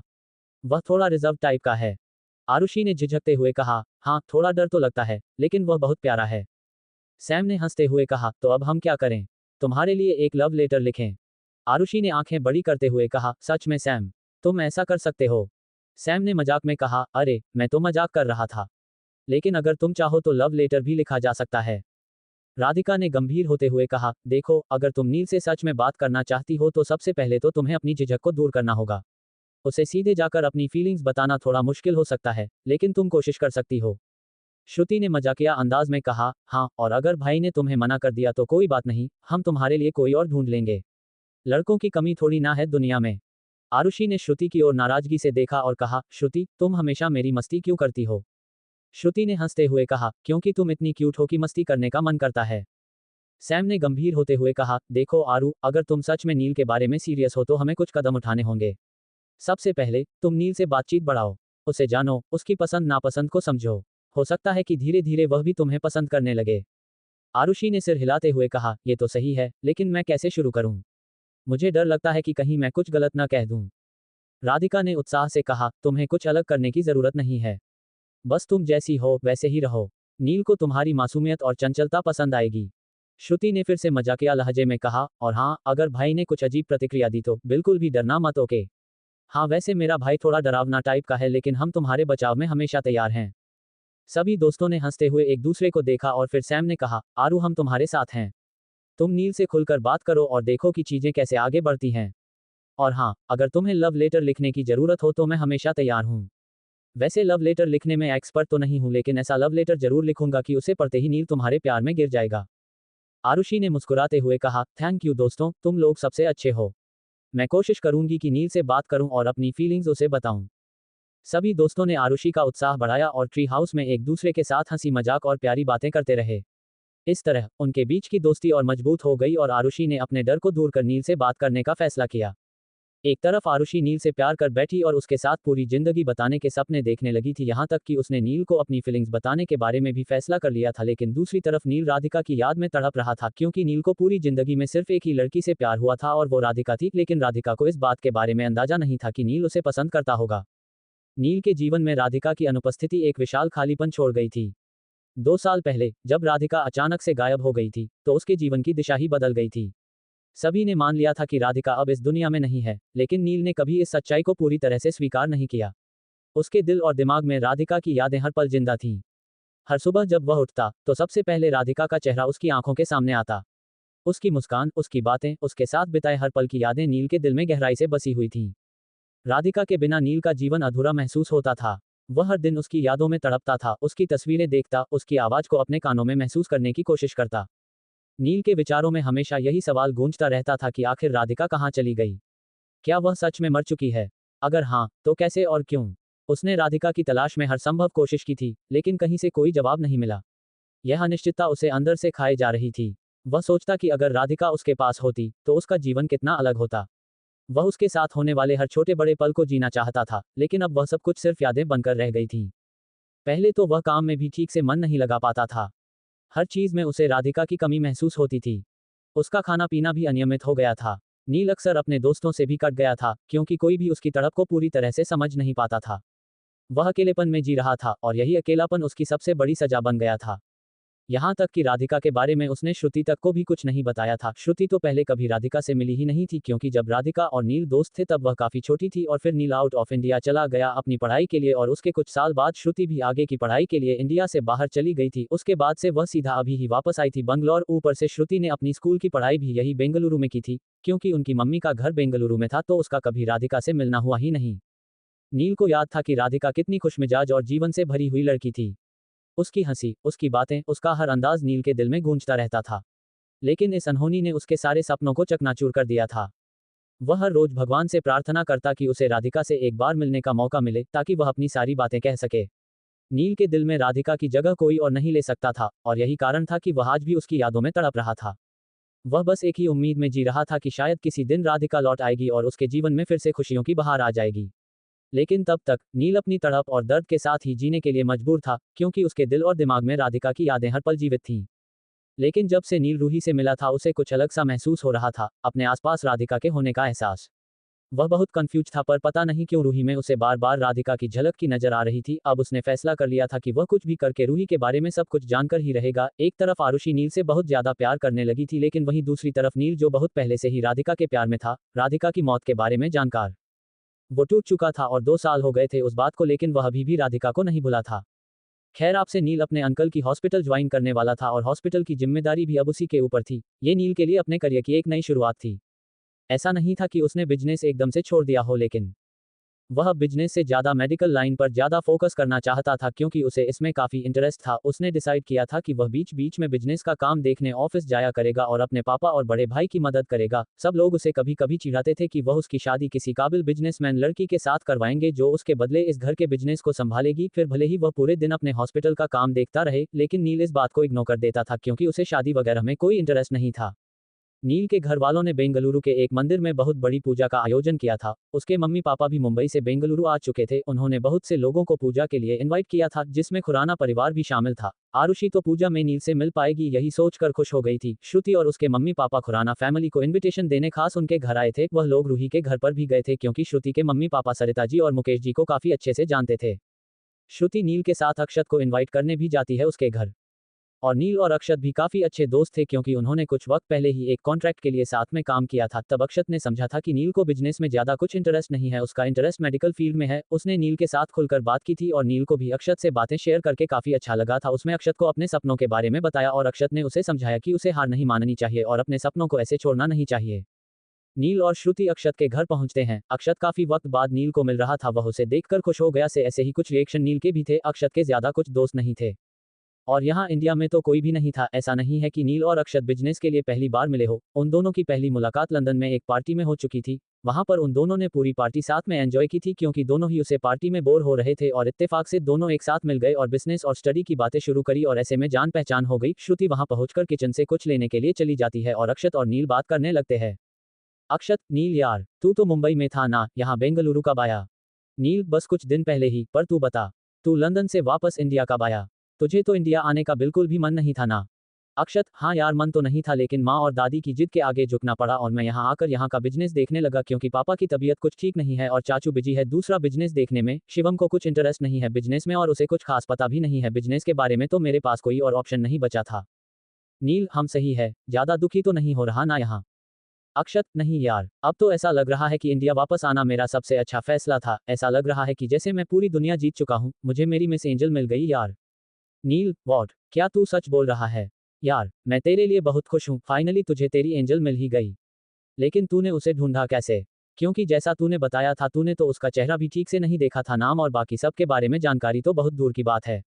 अक्षत, यार तू ऐसा समझ ले कि बस वह मेरी किस्मत में थी और किस्मत से मुझे मिल गई। नील, सही है यार, किस्मत हो तो तेरे जैसी, बहुत अच्छे से जानता हूँ कि तू उसके लिए कितना पागल हो रहा था, मैं सच में तेरे लिए बहुत खुश हूँ। वैसे है कौन वह लड़की? नाम तो बता। अक्षत, वो अक्षत कुछ बोल पाता उससे पहले ही वहां पर श्रुति आ जाती है। श्रुति, आप लोग क्या बातें कर रहे हो? नील, तुझे नहीं बता सकते, तू अभी बच्ची है। श्रुति मुंह फुलाते हुए कहती है। भाई प्लीज, मैं कोई बच्ची नहीं हूं, मैं पूरे 24 साल की हो चुकी हूं। अक्षत, सही कह रही है यार श्रुति, बच्ची तो मेरे वाली है। अभी सिर्फ 23 साल की ही है लेकिन चलता फिरता आग का गोला है। नील हंसते हुए कहता है, मतलब तुझसे 3 साल छोटी है, फिर भी तुझ पर भारी पड़ रही है। सही है, लगे रहो। फिर नील आरुषि के बारे में कुछ सोचते हुए कहता है, यार लेकिन सचमुच बच्ची तो इसकी वो अजीब दोस्त है जो हमेशा कंफ्यूज रहती है। लगती 24-25 साल की है लेकिन हरकतें तो 16 साल के बच्चों जैसी है। अक्षत, कौन? श्रुति की कौन सी दोस्त? किसकी बात कर रहा है तू? श्रुति नील को घूरती है और फिर अक्षत को देखकर कहती है, अक्षत भाई, यह आपकी प्यारी और लाडली छोटी बहन के बारे में बात कर रहे हैं। श्रुति की बात सुनकर नील आंखें फाड़कर उसे देखता है और फिर अक्षत की तरफ देखते हुए कहता है, एक मिनट, क्या वो तेरी बहन है? अक्षत, कौन? क्या तुम लोग आरुषि की बात कर रहे हो? श्रुति, जी। और नील भाई, आप ये कैसे सवाल कर रहे हो? आरुषि खुराना पैलेस में रहती है तो जाहिर सी बात है उसी घर की बेटी होगी ना, और खुराना परिवार की बेटी यानी अक्षत भाई की छोटी बहन। नील, ओ हाँ, इस बारे में तो मैंने सोचा ही नहीं। अक्षत, अब तुम दोनों मुझे बताओगे कि इन सब के बीच आरुषि कहाँ से आ गई? नील, कुछ नहीं यार, मैं तो बस ये कह रहा था कि तेरी बहन बहुत क्यूट है। अक्षत उसे घूरते हुए कहता है, हाँ मैं जानता हूँ कि वह बहुत क्यूट है लेकिन तू उसके बारे में ऐसा क्यों बोल रहा है? कहीं तू।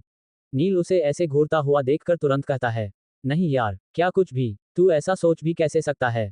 तू अच्छे से जानता है ना कि मुझे ये प्यार और शादी वगैरह के चक्कर में कोई इंटरेस्ट नहीं है, तो ठीक उसी तरह मुझे तेरी बहन को लेकर भी ऐसे वैसे कोई ख्याल नहीं है, तो तू बेफिक्र रह, ठीक है? अक्षत, हम फिर ठीक है, वैसे भी मुझे तो पहले से पता है लेकिन अब तो यकीन भी है कि तुझे सिर्फ मेरी बहन में ही नहीं बल्कि इस दुनिया की किसी भी लड़की में इंटरेस्ट नहीं है। एक मिनट, ओए कहीं तू। नील चिल्लाते हुए कहता है, नहीं, चुप कर, ऐसा कुछ भी नहीं है, मुझे लड़कों में तो जरा भी इंटरेस्ट नहीं है, समझे तुम?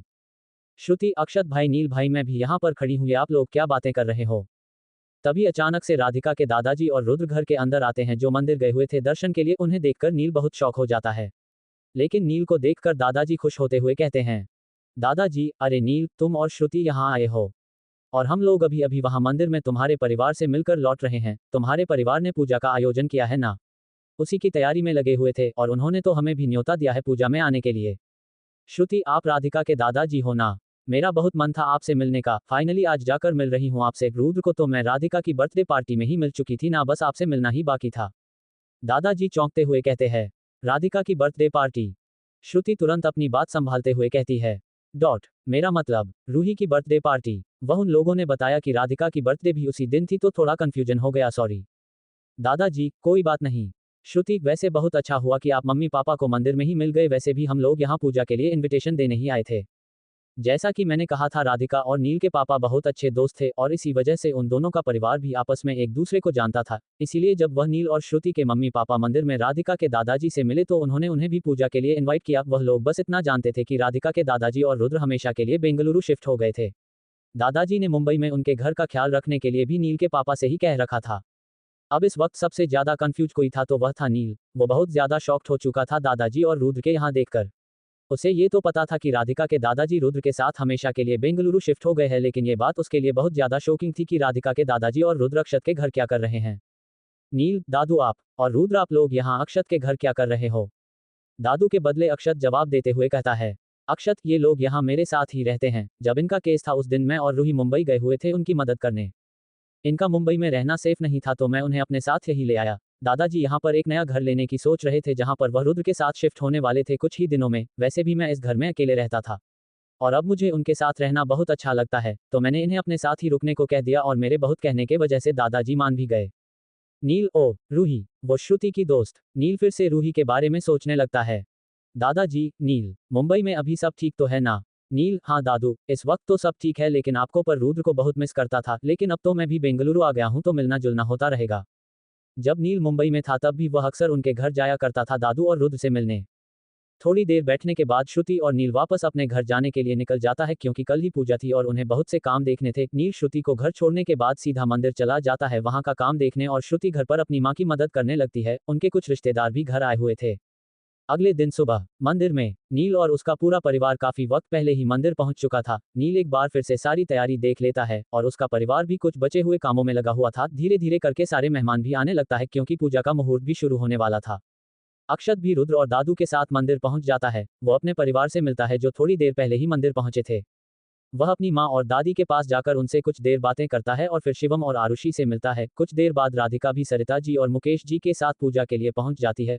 उसने आज ऑफिस से हाफ डे ले लिया था। पूरे दिन की छुट्टी तो वह लेने से रही क्योंकि उसको काम के बिना चैन नहीं मिलता था। पहले तो वह पूजा के लिए नहीं आना चाहती थी क्योंकि यहाँ पर उसे नील मिलता और राधिका उसे अवॉइड करने की कोशिश कर रही थी और उससे नहीं मिलना चाहती थी। लेकिन श्रुति और उसके मम्मी पापा स्पेशल घर आए थे इन्विटेशन देने।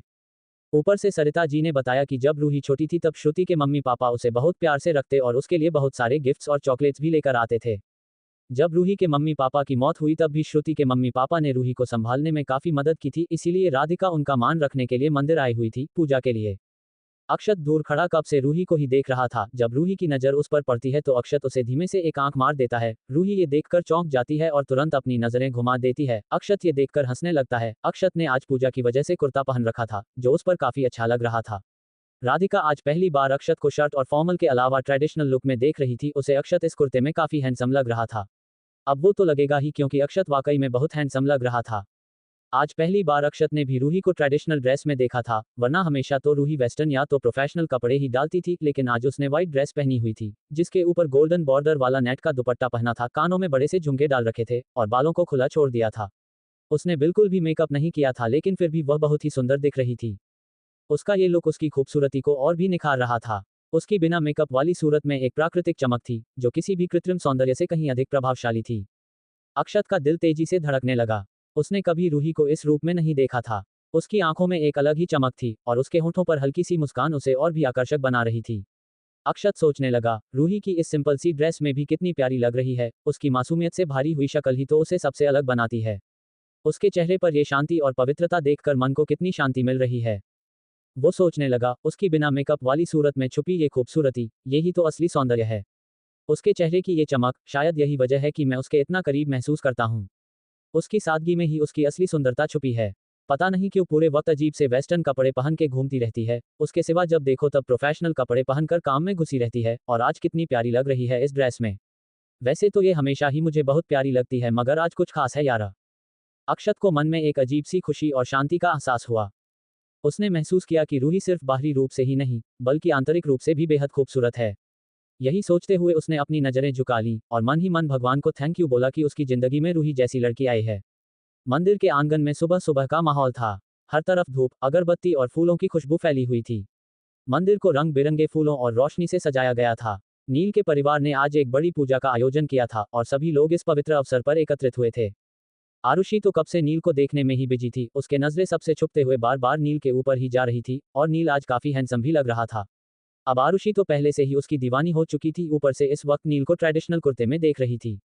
वैसे आज तो आरुषि भी कुछ कम नहीं लग रही थी। उसने हैवी डिजाइन वाली ब्लू कलर की ड्रेस पहनी हुई थी और साथ में डिजाइनर नेट का दुपट्टा डाला हुआ था। उसने हल्का सा मेकअप करा था और बालों को खुला छोड़ दिया था। आज तो उसे तैयार होने में रोज से कुछ ज्यादा ही वक्त लगा था क्योंकि आज तो वो तैयार होते हुए बार बार नील के बारे में ही सोच रही थी कि नील को क्या पसंद आएगा, वो अच्छी तो लग रही है ना, अगर नील को उसका लुक पसंद नहीं आया तो, वगैरह वगैरह। अब अगर एक नज़र शिवम की तरफ देखे तो आज तो वो भी काफी अट्रैक्टिव लग रहा था, लेकिन क्या करें, उसे देखने वाली कोई मिली ही नहीं थी अभी तक। वैसे तो उसकी काफी गर्लफ्रेंड रह चुकी है मगर किसी के भी साथ वो अभी तक सीरियस रिलेशनशिप में नहीं आया था क्योंकि उसकी जितनी भी गर्लफ्रेंड बनी ज्यादातर सब उसके हैंडसम लुक और अमीरी की वजह से उसके साथ रह रही थी। हर कोई जानता था कि शिवम खुराना कितना रईस है, ऊपर से वो स्पोर्ट्स खेलता था जो उसकी पर्सनैलिटी को और भी कूल बनाता था। शिवम को अब लगता था कि कोई भी लड़की किसी से दिल से प्यार कर ही नहीं सकती, सबका अपना अपना मतलब होता है और बस उसी मतलब के लिए साथ रहती है और प्यार का दिखावा करती है। उसकी इसीलिए मेंटालिटी की वजह से उसने किसी भी लड़की को सीरियसली लेना छोड़ दिया और पार्टी के साथ बेफिक्र ऐश आराम वाली जिंदगी जीने लगा। पूजा थी मंदिर में, इस वजह से शिवम ने भी आज कुर्ता पहना हुआ था। वहां पर आई हुई कुछ लड़कियां शिवम को देखकर बहुत अट्रैक्टिव होती है और उससे बात करने की कोशिश करती है तो शिवम भी उनके साथ फ्लर्ट करने लगता है।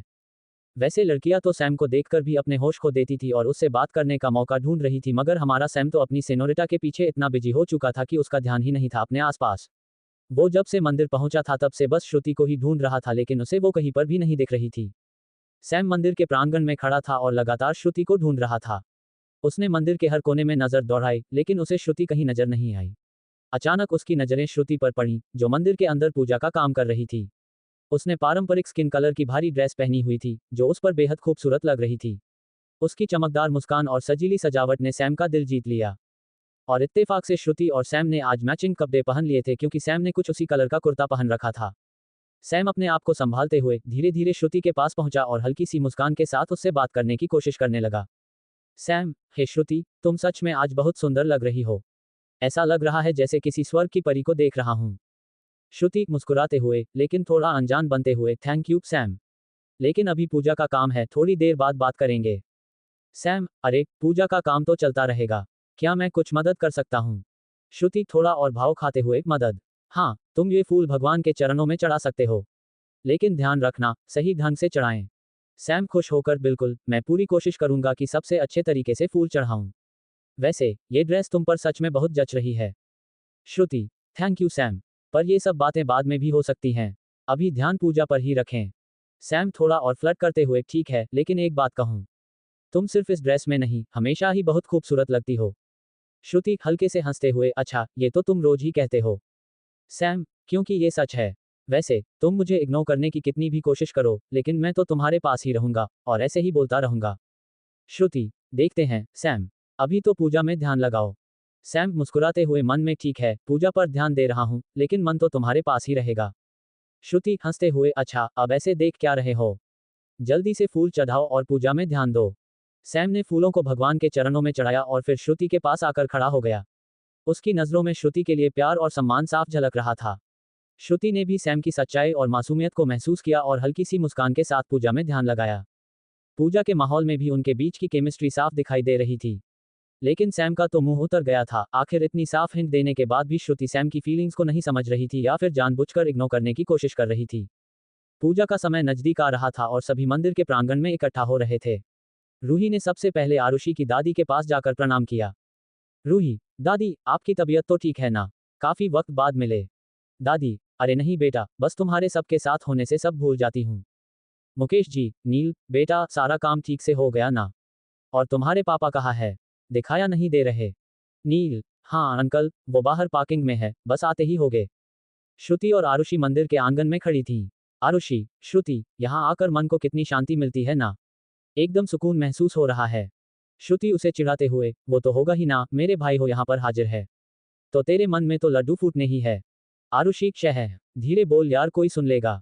श्रुति, क्या फर्क पड़ता है, सबको पता तो चलना चाहिए ना कि मेरी सबसे अच्छी दोस्त अब मेरी भाभी बनने वाली है। आरुषि, अब वो तो वक्त ही बताएगा, अभी पूजा पर ध्यान दे।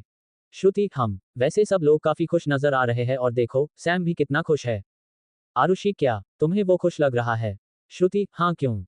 आरुषि मन में, बेचारा सैम, एक तो श्रुति उसे भाव नहीं दे रही, ना ही उसकी कोई हिंट समझ रही है, ऊपर से मैडम को लग रहा है कि सैम कितना खुश है।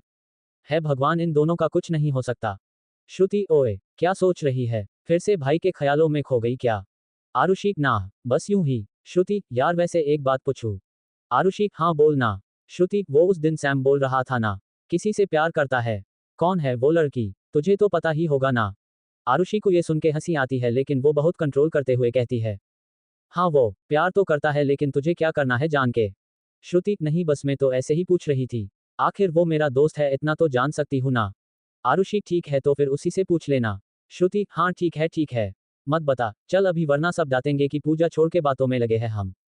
आरुषि हंसते हुए, हाँ मुझे तो पूजा के प्रसाद का इंतजार है यार। वो दोनों वहां से चली जाती है। नील जो उनके पास से ही गुजर रहा था, वो आरुषि की बोली हुई आखिरी लाइन सुन लेता है और अपने मन में सोचता है, नील, ये बच्ची तो स्टूपिड होने के साथ साथ कितनी बड़ी बुक्कड़ भी है यार। पूजा में ध्यान नहीं है मैडम का, लेकिन पूजा की प्रसाद पर नजरें जमाए बैठी है भगवान, कौन से मुहूर्त में बनाया था आपने इस पागल को? यही सोचता हुआ वो वहां से चला जाता है। इतने में अक्षत भी आ गया और उसने सभी को हेलो किया। नील उसे अपने मम्मी पापा से मिलवाता है। अक्षत, नमस्ते अंकल, नमस्ते आंटी। नील की मम्मी, अक्षत बेटा कैसे हो, तुम्हारा स्वागत है इस पूजा में। अक्षत, सब बढ़िया है आंटी, थैंक यू। आखिरकार सबसे छोटा मेहमान रुद्र भी अपने दादू के साथ पूजा में शामिल हुआ। रुद्र उत्साह से, दादू मुझे भी पूजा करनी है। सरिता जी मुस्कुराते हुए, अरे वाह रुद्र बेटा, जरूर, तुम सबसे पहले फूल चढ़ाओगे भगवान को। सभी लोग पूजा की तैयारी में लग गए। पंडित जी ने पूजा शुरू की, मंत्रोच्चार होने लगे और सभी ने ध्यान से पूजा में भाग लिया। रुद्र ने सबसे पहले फूल चढ़ाए, फिर रूही और श्रुति ने मिलकर आरती की थाली सजाई। पूजा समाप्त होने के बाद सभी ने मिलकर प्रसाद ग्रहण किया। नील, आज की पूजा सचमुच बहुत सुंदर थी, सभी के आने से और भी खास हो गई। रूही, हाँ, और हम सब ने मिलकर जो समय बिताया वो हमेशा याद रहेगा। अक्षत, सही कहा तुमने नील, ऐसे आयोजन हमें और करीब लाते हैं। सबने मिलकर पूजा का आनंद लिया और एक दूसरे के साथ सुखद समय बिताया। काफी लंबे वक्त बाद ये परिवार एक दूसरे से मिले थे, सभी के चेहरे पर संतोष और खुशी की झलक थी। मंदिर के आंगन में सुबह सुबह का माहौल था। हर तरफ धूप, अगरबत्ती और फूलों की खुशबू फैली हुई थी। मंदिर को रंग बिरंगे फूलों और रोशनी से सजाया गया था। नील के परिवार ने आज एक बड़ी पूजा का आयोजन किया था और सभी लोग इस पवित्र अवसर पर एकत्रित हुए थे। आरुषि तो कब से नील को देखने में ही बिजी थी, उसके नजरें सबसे छुपते हुए बार बार नील के ऊपर ही जा रही थी, और नील आज काफी हैंडसम भी लग रहा था। अब आरुषि तो पहले से ही उसकी दीवानी हो चुकी थी, ऊपर से इस वक्त नील को ट्रेडिशनल कुर्ते में देख रही थी। वैसे आज तो आरुषि भी कुछ कम नहीं लग रही थी। उसने हैवी डिजाइन वाली ब्लू कलर की ड्रेस पहनी हुई थी और साथ में डिजाइनर नेट का दुपट्टा डाला हुआ था। उसने हल्का सा मेकअप करा था और बालों को खुला छोड़ दिया था। आज तो उसे तैयार होने में रोज से कुछ ज्यादा ही वक्त लगा था, क्योंकि आज तो वो तैयार होते हुए बार बार नील के बारे में ही सोच रही थी कि नील को क्या पसंद आएगा, वो अच्छी तो लग रही है ना, अगर नील को उसका लुक पसंद नहीं आया तो, वगैरह वगैरह। अब अगर एक नज़र शिवम की तरफ देखे तो आज तो वो भी काफी अट्रैक्टिव लग रहा था, लेकिन क्या करें, उसे देखने वाली कोई मिली ही नहीं थी अभी तक। वैसे तो उसकी काफी गर्लफ्रेंड रह चुकी है, मगर किसी के भी साथ वो अभी तक सीरियस रिलेशनशिप में नहीं आया था, क्योंकि उसकी जितनी भी गर्लफ्रेंड बनी ज्यादातर सब उसके हैंडसम लुक और अमीरी की वजह से उसके साथ रह रही थी। हर कोई जानता था कि शिवम खुराना कितना रईस है, ऊपर से वो स्पोर्ट्स खेलता था जो उसकी पर्सनैलिटी को और भी कूल बनाता था। शिवम को अब लगता था कि कोई भी लड़की किसी से दिल से प्यार कर ही नहीं सकती, सबका अपना अपना मतलब होता है और बस उसी मतलब के लिए साथ रहती है और प्यार का दिखावा करती है। उसकी इसीलिए मेंटालिटी की वजह से उसने किसी भी लड़की को सीरियसली लेना छोड़ दिया और पार्टी के साथ बेफिक्र ऐश आराम वाली जिंदगी जीने लगा। पूजा थी मंदिर में, इस वजह से शिवम ने भी आज कुर्ता पहना हुआ था। वहां पर आई हुई कुछ लड़कियां शिवम को देखकर बहुत अट्रैक्टिव होती है और उससे बात करने की कोशिश करती है, तो शिवम भी उनके साथ फ्लर्ट करने लगता है। वैसे लड़कियां तो सैम को देखकर भी अपने होश खो देती थी और उससे बात करने का मौका ढूंढ रही थी, मगर हमारा सैम तो अपनी सेनोरिटा के पीछे इतना बिजी हो चुका था कि उसका ध्यान ही नहीं था अपने आसपास। वो जब से मंदिर पहुंचा था तब से बस श्रुति को ही ढूंढ रहा था, लेकिन उसे वो कहीं पर भी नहीं दिख रही थी। सैम मंदिर के प्रांगण में खड़ा था और लगातार श्रुति को ढूंढ रहा था। उसने मंदिर के हर कोने में नजर दौड़ाई, लेकिन उसे श्रुति कहीं नजर नहीं आई। अचानक उसकी नजरें श्रुति पर पड़ी, जो मंदिर के अंदर पूजा का काम कर रही थी। उसने पारंपरिक स्किन कलर की भारी ड्रेस पहनी हुई थी, जो उस पर बेहद खूबसूरत लग रही थी। उसकी चमकदार मुस्कान और सजीली सजावट ने सैम का दिल जीत लिया। और इत्तेफाक से श्रुति और सैम ने आज मैचिंग कपड़े पहन लिए थे, क्योंकि सैम ने कुछ उसी कलर का कुर्ता पहन रखा था। सैम अपने आप को संभालते हुए धीरे धीरे श्रुति के पास पहुंचा और हल्की सी मुस्कान के साथ उससे बात करने की कोशिश करने लगा। सैम, हे श्रुति, तुम सच में आज बहुत सुंदर लग रही हो। ऐसा लग रहा है जैसे किसी स्वर्ग की परी को देख रहा हूं। श्रुति मुस्कुराते हुए, लेकिन थोड़ा अनजान बनते हुए, थैंक यू सैम, लेकिन अभी पूजा का काम है, थोड़ी देर बाद बात करेंगे। सैम, अरे पूजा का काम तो चलता रहेगा, क्या मैं कुछ मदद कर सकता हूँ? श्रुति थोड़ा और भाव खाते हुए, मदद? हाँ, तुम ये फूल भगवान के चरणों में चढ़ा सकते हो, लेकिन ध्यान रखना सही ढंग से चढ़ाएं। सैम खुश होकर, बिल्कुल, मैं पूरी कोशिश करूंगा कि सबसे अच्छे तरीके से फूल चढ़ाऊं। वैसे ये ड्रेस तुम पर सच में बहुत जच रही है। श्रुति, थैंक यू सैम, पर ये सब बातें बाद में भी हो सकती हैं, अभी ध्यान पूजा पर ही रखें। सैम थोड़ा और फ्लर्ट करते हुए, ठीक है, लेकिन एक बात कहूं, तुम सिर्फ इस ड्रेस में नहीं, हमेशा ही बहुत खूबसूरत लगती हो। श्रुति हल्के से हंसते हुए, अच्छा, ये तो तुम रोज ही कहते हो। सैम, क्योंकि ये सच है। वैसे तुम मुझे इग्नोर करने की कितनी भी कोशिश करो, लेकिन मैं तो तुम्हारे पास ही रहूंगा और ऐसे ही बोलता रहूंगा। श्रुति, देखते हैं सैम, अभी तो पूजा में ध्यान लगाओ। सैम मुस्कुराते हुए, मन में ठीक है, पूजा पर ध्यान दे रहा हूं, लेकिन मन तो तुम्हारे पास ही रहेगा। श्रुति हंसते हुए, अच्छा, अब ऐसे देख क्या रहे हो, जल्दी से फूल चढ़ाओ और पूजा में ध्यान दो। सैम ने फूलों को भगवान के चरणों में चढ़ाया और फिर श्रुति के पास आकर खड़ा हो गया। उसकी नजरों में श्रुति के लिए प्यार और सम्मान साफ झलक रहा था। श्रुति ने भी सैम की सच्चाई और मासूमियत को महसूस किया और हल्की सी मुस्कान के साथ पूजा में ध्यान लगाया। पूजा के माहौल में भी उनके बीच की केमिस्ट्री साफ दिखाई दे रही थी। लेकिन सैम का तो मुंह उतर गया था। आखिर इतनी साफ हिंट देने के बाद भी श्रुति सैम की फीलिंग्स को नहीं समझ रही थी या फिर जानबूझकर इग्नोर करने की कोशिश कर रही थी। पूजा का समय नजदीक आ रहा था और सभी मंदिर के प्रांगण में इकट्ठा हो रहे थे। रूही ने सबसे पहले आरुषि की दादी के पास जाकर प्रणाम किया। रूही, दादी, आपकी तबीयत तो ठीक है ना? काफी वक्त बाद मिले। दादी, अरे नहीं बेटा, बस तुम्हारे सबके साथ होने से सब भूल जाती हूँ। मुकेश जी, नील, बेटा, सारा काम ठीक से हो गया ना? और तुम्हारे पापा कहाँ है? दिखाया नहीं दे रहे। नील, हाँ अंकल, वो बाहर पार्किंग में है, बस आते ही होगे। श्रुति और आरुषि मंदिर के आंगन में खड़ी थीं। आरुषि, श्रुति, यहाँ आकर मन को कितनी शांति मिलती है ना? एकदम सुकून महसूस हो रहा है। श्रुति उसे चिढ़ाते हुए, वो तो होगा ही ना, मेरे भाई हो यहाँ पर हाजिर है तो तेरे मन में तो लड्डू फूटने ही है। आरुषि, शह, धीरे बोल यार, कोई सुन लेगा। श्रुति, क्या फर्क पड़ता है? सबको पता तो चलना चाहिए ना कि मेरी सबसे अच्छी दोस्त अब मेरी भाभी बनने वाली है। आरुषि, अब वो तो वक्त ही बताएगा, अभी पूजा पर ध्यान दे। श्रुति, हम वैसे सब लोग काफी खुश नजर आ रहे हैं और देखो सैम भी कितना खुश है। आरुषि, क्या तुम्हें वो खुश लग रहा है? श्रुति, हाँ क्यों? आरुषि, मन में बेचारा सैम, एक तो श्रुति उसे भाव नहीं दे रही ना ही उसकी कोई हिंट समझ रही है, ऊपर से मैडम को लग रहा है कि सैम कितना खुश है। भगवान, इन दोनों का कुछ नहीं हो सकता। श्रुति, ओए, क्या सोच रही है? फिर से भाई के ख्यालों में खो गई क्या? आरुषि, ना, बस यूं ही। श्रुति, यार वैसे एक बात पूछूं? आरुषि, हाँ बोल ना। श्रुति, वो उस दिन सैम बोल रहा था ना, किसी से प्यार करता है। कौन है वो लड़की? तुझे तो पता ही होगा ना। आरुषि को ये सुन के हंसी आती है लेकिन वो बहुत कंट्रोल करते हुए कहती है, हाँ वो प्यार तो करता है लेकिन तुझे क्या करना है जान के? श्रुति, नहीं बस मैं तो ऐसे ही पूछ रही थी, आखिर वो मेरा दोस्त है इतना तो जान सकती हूँ ना। आरुषि, ठीक है तो फिर उसी से पूछ लेना।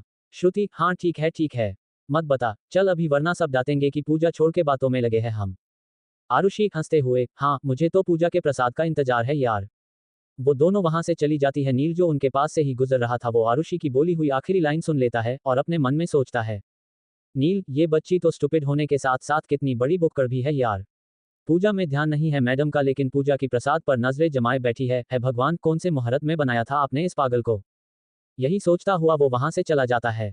इतने में अक्षत भी आ गया और उसने सभी को हेलो किया। नील उसे अपने मम्मी पापा से मिलवाता है। अक्षत, नमस्ते अंकल, नमस्ते आंटी। नील की मम्मी, अक्षत बेटा कैसे हो? तुम्हारा स्वागत है इस पूजा में। अक्षत, सब बढ़िया है आंटी, थैंक यू। आखिरकार सबसे छोटा मेहमान रुद्र भी अपने दादू के साथ पूजा में शामिल हुआ। रुद्र उत्साह से, दादू मुझे भी पूजा करनी है। सरिता जी मुस्कुराते हुए, अरे वाह रुद्र बेटा, जरूर, तुम सबसे पहले फूल चढ़ाओगे भगवान को। सभी लोग पूजा की तैयारी में लग गए। पंडित जी ने पूजा शुरू की, मंत्रोच्चार होने लगे और सभी ने ध्यान से पूजा में भाग लिया। रुद्र ने सबसे पहले फूल चढ़ाए, फिर रूही और श्रुति ने मिलकर आरती की थाली सजाई। पूजा समाप्त होने के बाद सभी ने मिलकर प्रसाद ग्रहण किया। नील, आज की पूजा सचमुच बहुत सुंदर थी, सभी के आने से और भी खास हो गई। रूही, हाँ, और हम सब ने मिलकर जो समय बिताया वो हमेशा याद रहेगा। अक्षत, सही कहा तुमने नील, ऐसे आयोजन हमें और करीब लाते हैं। सबने मिलकर पूजा का आनंद लिया और एक दूसरे के साथ सुखद समय बिताया। काफी लंबे वक्त बाद ये परिवार एक दूसरे से मिले थे, सभी के चेहरे पर संतोष और खुशी की झलक थी और इस पवित्र अवसर ने सभी परिवार के लोगों को और भी मजबूती से बांध दिया। मंदिर के प्रांगण में पूजा का माहौल अभी भी व्याप्त था। सब लोग खाना खाने के बाद एक दूसरे के साथ बातें कर रहे थे जब श्रुति और सैम अचानक से टकरा गए जब वो एक ही वक्त पर मंदिर के दरवाजे से गुजरने की कोशिश कर रहे थे। सैम ने हमेशा से श्रुति को लेकर अपनी भावनाओं को छिपाए रखा, लेकिन आरुषि ने गलती से श्रुति के आगे बोल दिया था कि सैम किसी से प्यार करता है। तब श्रुति ने मजाक में पूछा कि क्या सैम किसी से प्यार करता है, तो सैम ने झूठ बोलते हुए कहा कि वह एक लड़की से कॉलेज में मिला था और उसी प्यार करता है लेकिन अभी तक उसके सामने प्यार का जिक्र नहीं किया है। सैम को देखकर श्रुति पूछती है, श्रुति, अरे सैम तुम यहाँ क्या कर रहे हो? पूजा कैसी लगी? सैम, कुछ नहीं, मैं तो बस पापा के लिए थोड़ी प्रसाद लेने आया था, घर जाकर उन्हें दे दूंगा। पूजा बहुत अच्छी थी, तुम्हें कैसी लगी? श्रुति, मुझे भी बहुत अच्छी लगी, लेकिन प्रसाद सर पापा के लिए क्यों, मम्मी के लिए क्यों नहीं? सैम, वह मम्मी अभी कुछ वक्त के लिए दिल्ली रहने गई है, यहाँ नहीं है। श्रुति, अच्छा, अरे सुनो, तुमने कभी बताया नहीं कि तुम किसी से प्यार करते हो। कौन है वह लड़की? श्रुति को अचानक से वह बात याद आ जाती है जो श्रुति और सैम ने उसे बताई थी कि सैम किसी से प्यार करता है। सैम ने एक पल के लिए सोचा, फिर हंसते हुए कहा, अरे वह बस मजाक था। उसका जवाब सुनकर श्रुति मुंह फुलाते हुए कहती है, ठीक है, अगर तुम्हें मुझे नहीं बताना है तो सीधे सीधे मना कर दो ना, झूठ बोलने की जरूरत नहीं है। सैम, अरे मैं भला झूठ क्यों बोलूंगा? वैसे तुम्हें इतनी क्या उत्सुकता हो रही है उस लड़की के बारे में जानने की? सैम को लग तो रहा था कि शायद श्रुति को थोड़ी सी जलन हो रही है, लेकिन वह उसे जता नहीं रही। श्रुति, मुझे कोई उत्सुकता नहीं है तेरी लव के बारे में जानने की, वह तो बस तू मेरा दोस्त है तो मेरा हक बनता है इस बारे में जानने का, लेकिन तुझे नहीं बताना है तो ठीक है, मत बता। सैम, अरे यार ऐसा कुछ नहीं है, वह तो बस है एक लड़की, भोली भाली मासूम सी। लेकिन अभी तक मैंने उसे अपने प्यार का इजहार नहीं किया है, बस किसी सही मौके का इंतजार कर रहा हूँ। श्रुति के मन में हल्की जलन की भावना उठी। उसने कभी सोचा भी नहीं था कि सैम के जीवन में कोई और हो सकता है। वह उतावली हो गई यह जानने के लिए कि यह लड़की कौन है। श्रुति, कौन थी वह? क्या मैं उसे जानती हूँ? सैम, नहीं, तुम उसे नहीं जानती, वह हमारे कॉलेज में थी और तुम तो कॉलेज में हमारे साथ नहीं थी ना। श्रुति, मन में, मैं इन लोगों के साथ कॉलेज में यहाँ नहीं थी तो क्या हुआ? इसे क्या इतनी जल्दी थी जो इसने लड़की भी देख ली अपने लिए? सैम उसके आगे चुटकी बजाते हुए कहता है। हेलो, कहाँ खो गई? श्रुति, हाँ, कुछ नहीं, तुम बताओ ना कौन है वह और क्या नाम है उसका? सैम, ना, वो तो नहीं बता सकता। श्रुति, अरे यार मगर क्यों? सैम ने नजरें झुकाते हुए कहा, क्योंकि यह बहुत समय पहले की बात है और जब तक मैं उसे अपने दिल की बात नहीं कह देता तब तक मैं तुम्हें उसका नाम नहीं बता सकता। वो सैम के लिए ऐसा कुछ महसूस नहीं करती थी, लेकिन फिर भी उसे जलन हो रही थी। श्रुति, तुम उसे रोज याद करते हो? सैम ने एक गहरी सांस ली और कहा, रोज नहीं, हर समय हर पल, वह मेरा दिमाग से कभी जाती ही नहीं। श्रुति ने अपनी जलन को छिपाने की कोशिश की, लेकिन उसकी आवाज में वह साफ झलक रही थी। श्रुति, सच में, तुमने फिर उसके बाद किसी को पसंद नहीं किया? सैम ने उसकी आंखों में देखते हुए कहा, क्यों, क्या तुम चाहती हो कि मैं किसी को पसंद करूं? श्रुति, थोड़ी असमंजस में, मुझे नहीं पता, लेकिन मुझे ये सब जानकर अजीब लग रहा है। सैम ने एक हल्की हंसी के साथ कहा, शायद तुम्हें जलन हो रही है। श्रुति, झूठी हंसी के साथ क्या जलन? मुझे क्यों जलन होगी? पागल हो गए हो क्या, कुछ भी बोल देते हो? सैम, क्योंकि शायद तुमने कभी इस बारे में सोचा नहीं था। श्रुति ने अपनी भावनाओं को संभालते हुए कहा, शायद तुम सही कह रहे हो। मुझे नहीं पता था कि यह सब जानकर मुझे कैसा लगेगा। सैम ने उसकी ओर देखते हुए कहा, मन में सोचता है श्रुति, सच तो यह है कि जिस लड़की से मैं प्यार करता हूँ, वह और कोई नहीं तुम ही हो। लेकिन मैं यह अभी नहीं बताना चाहता।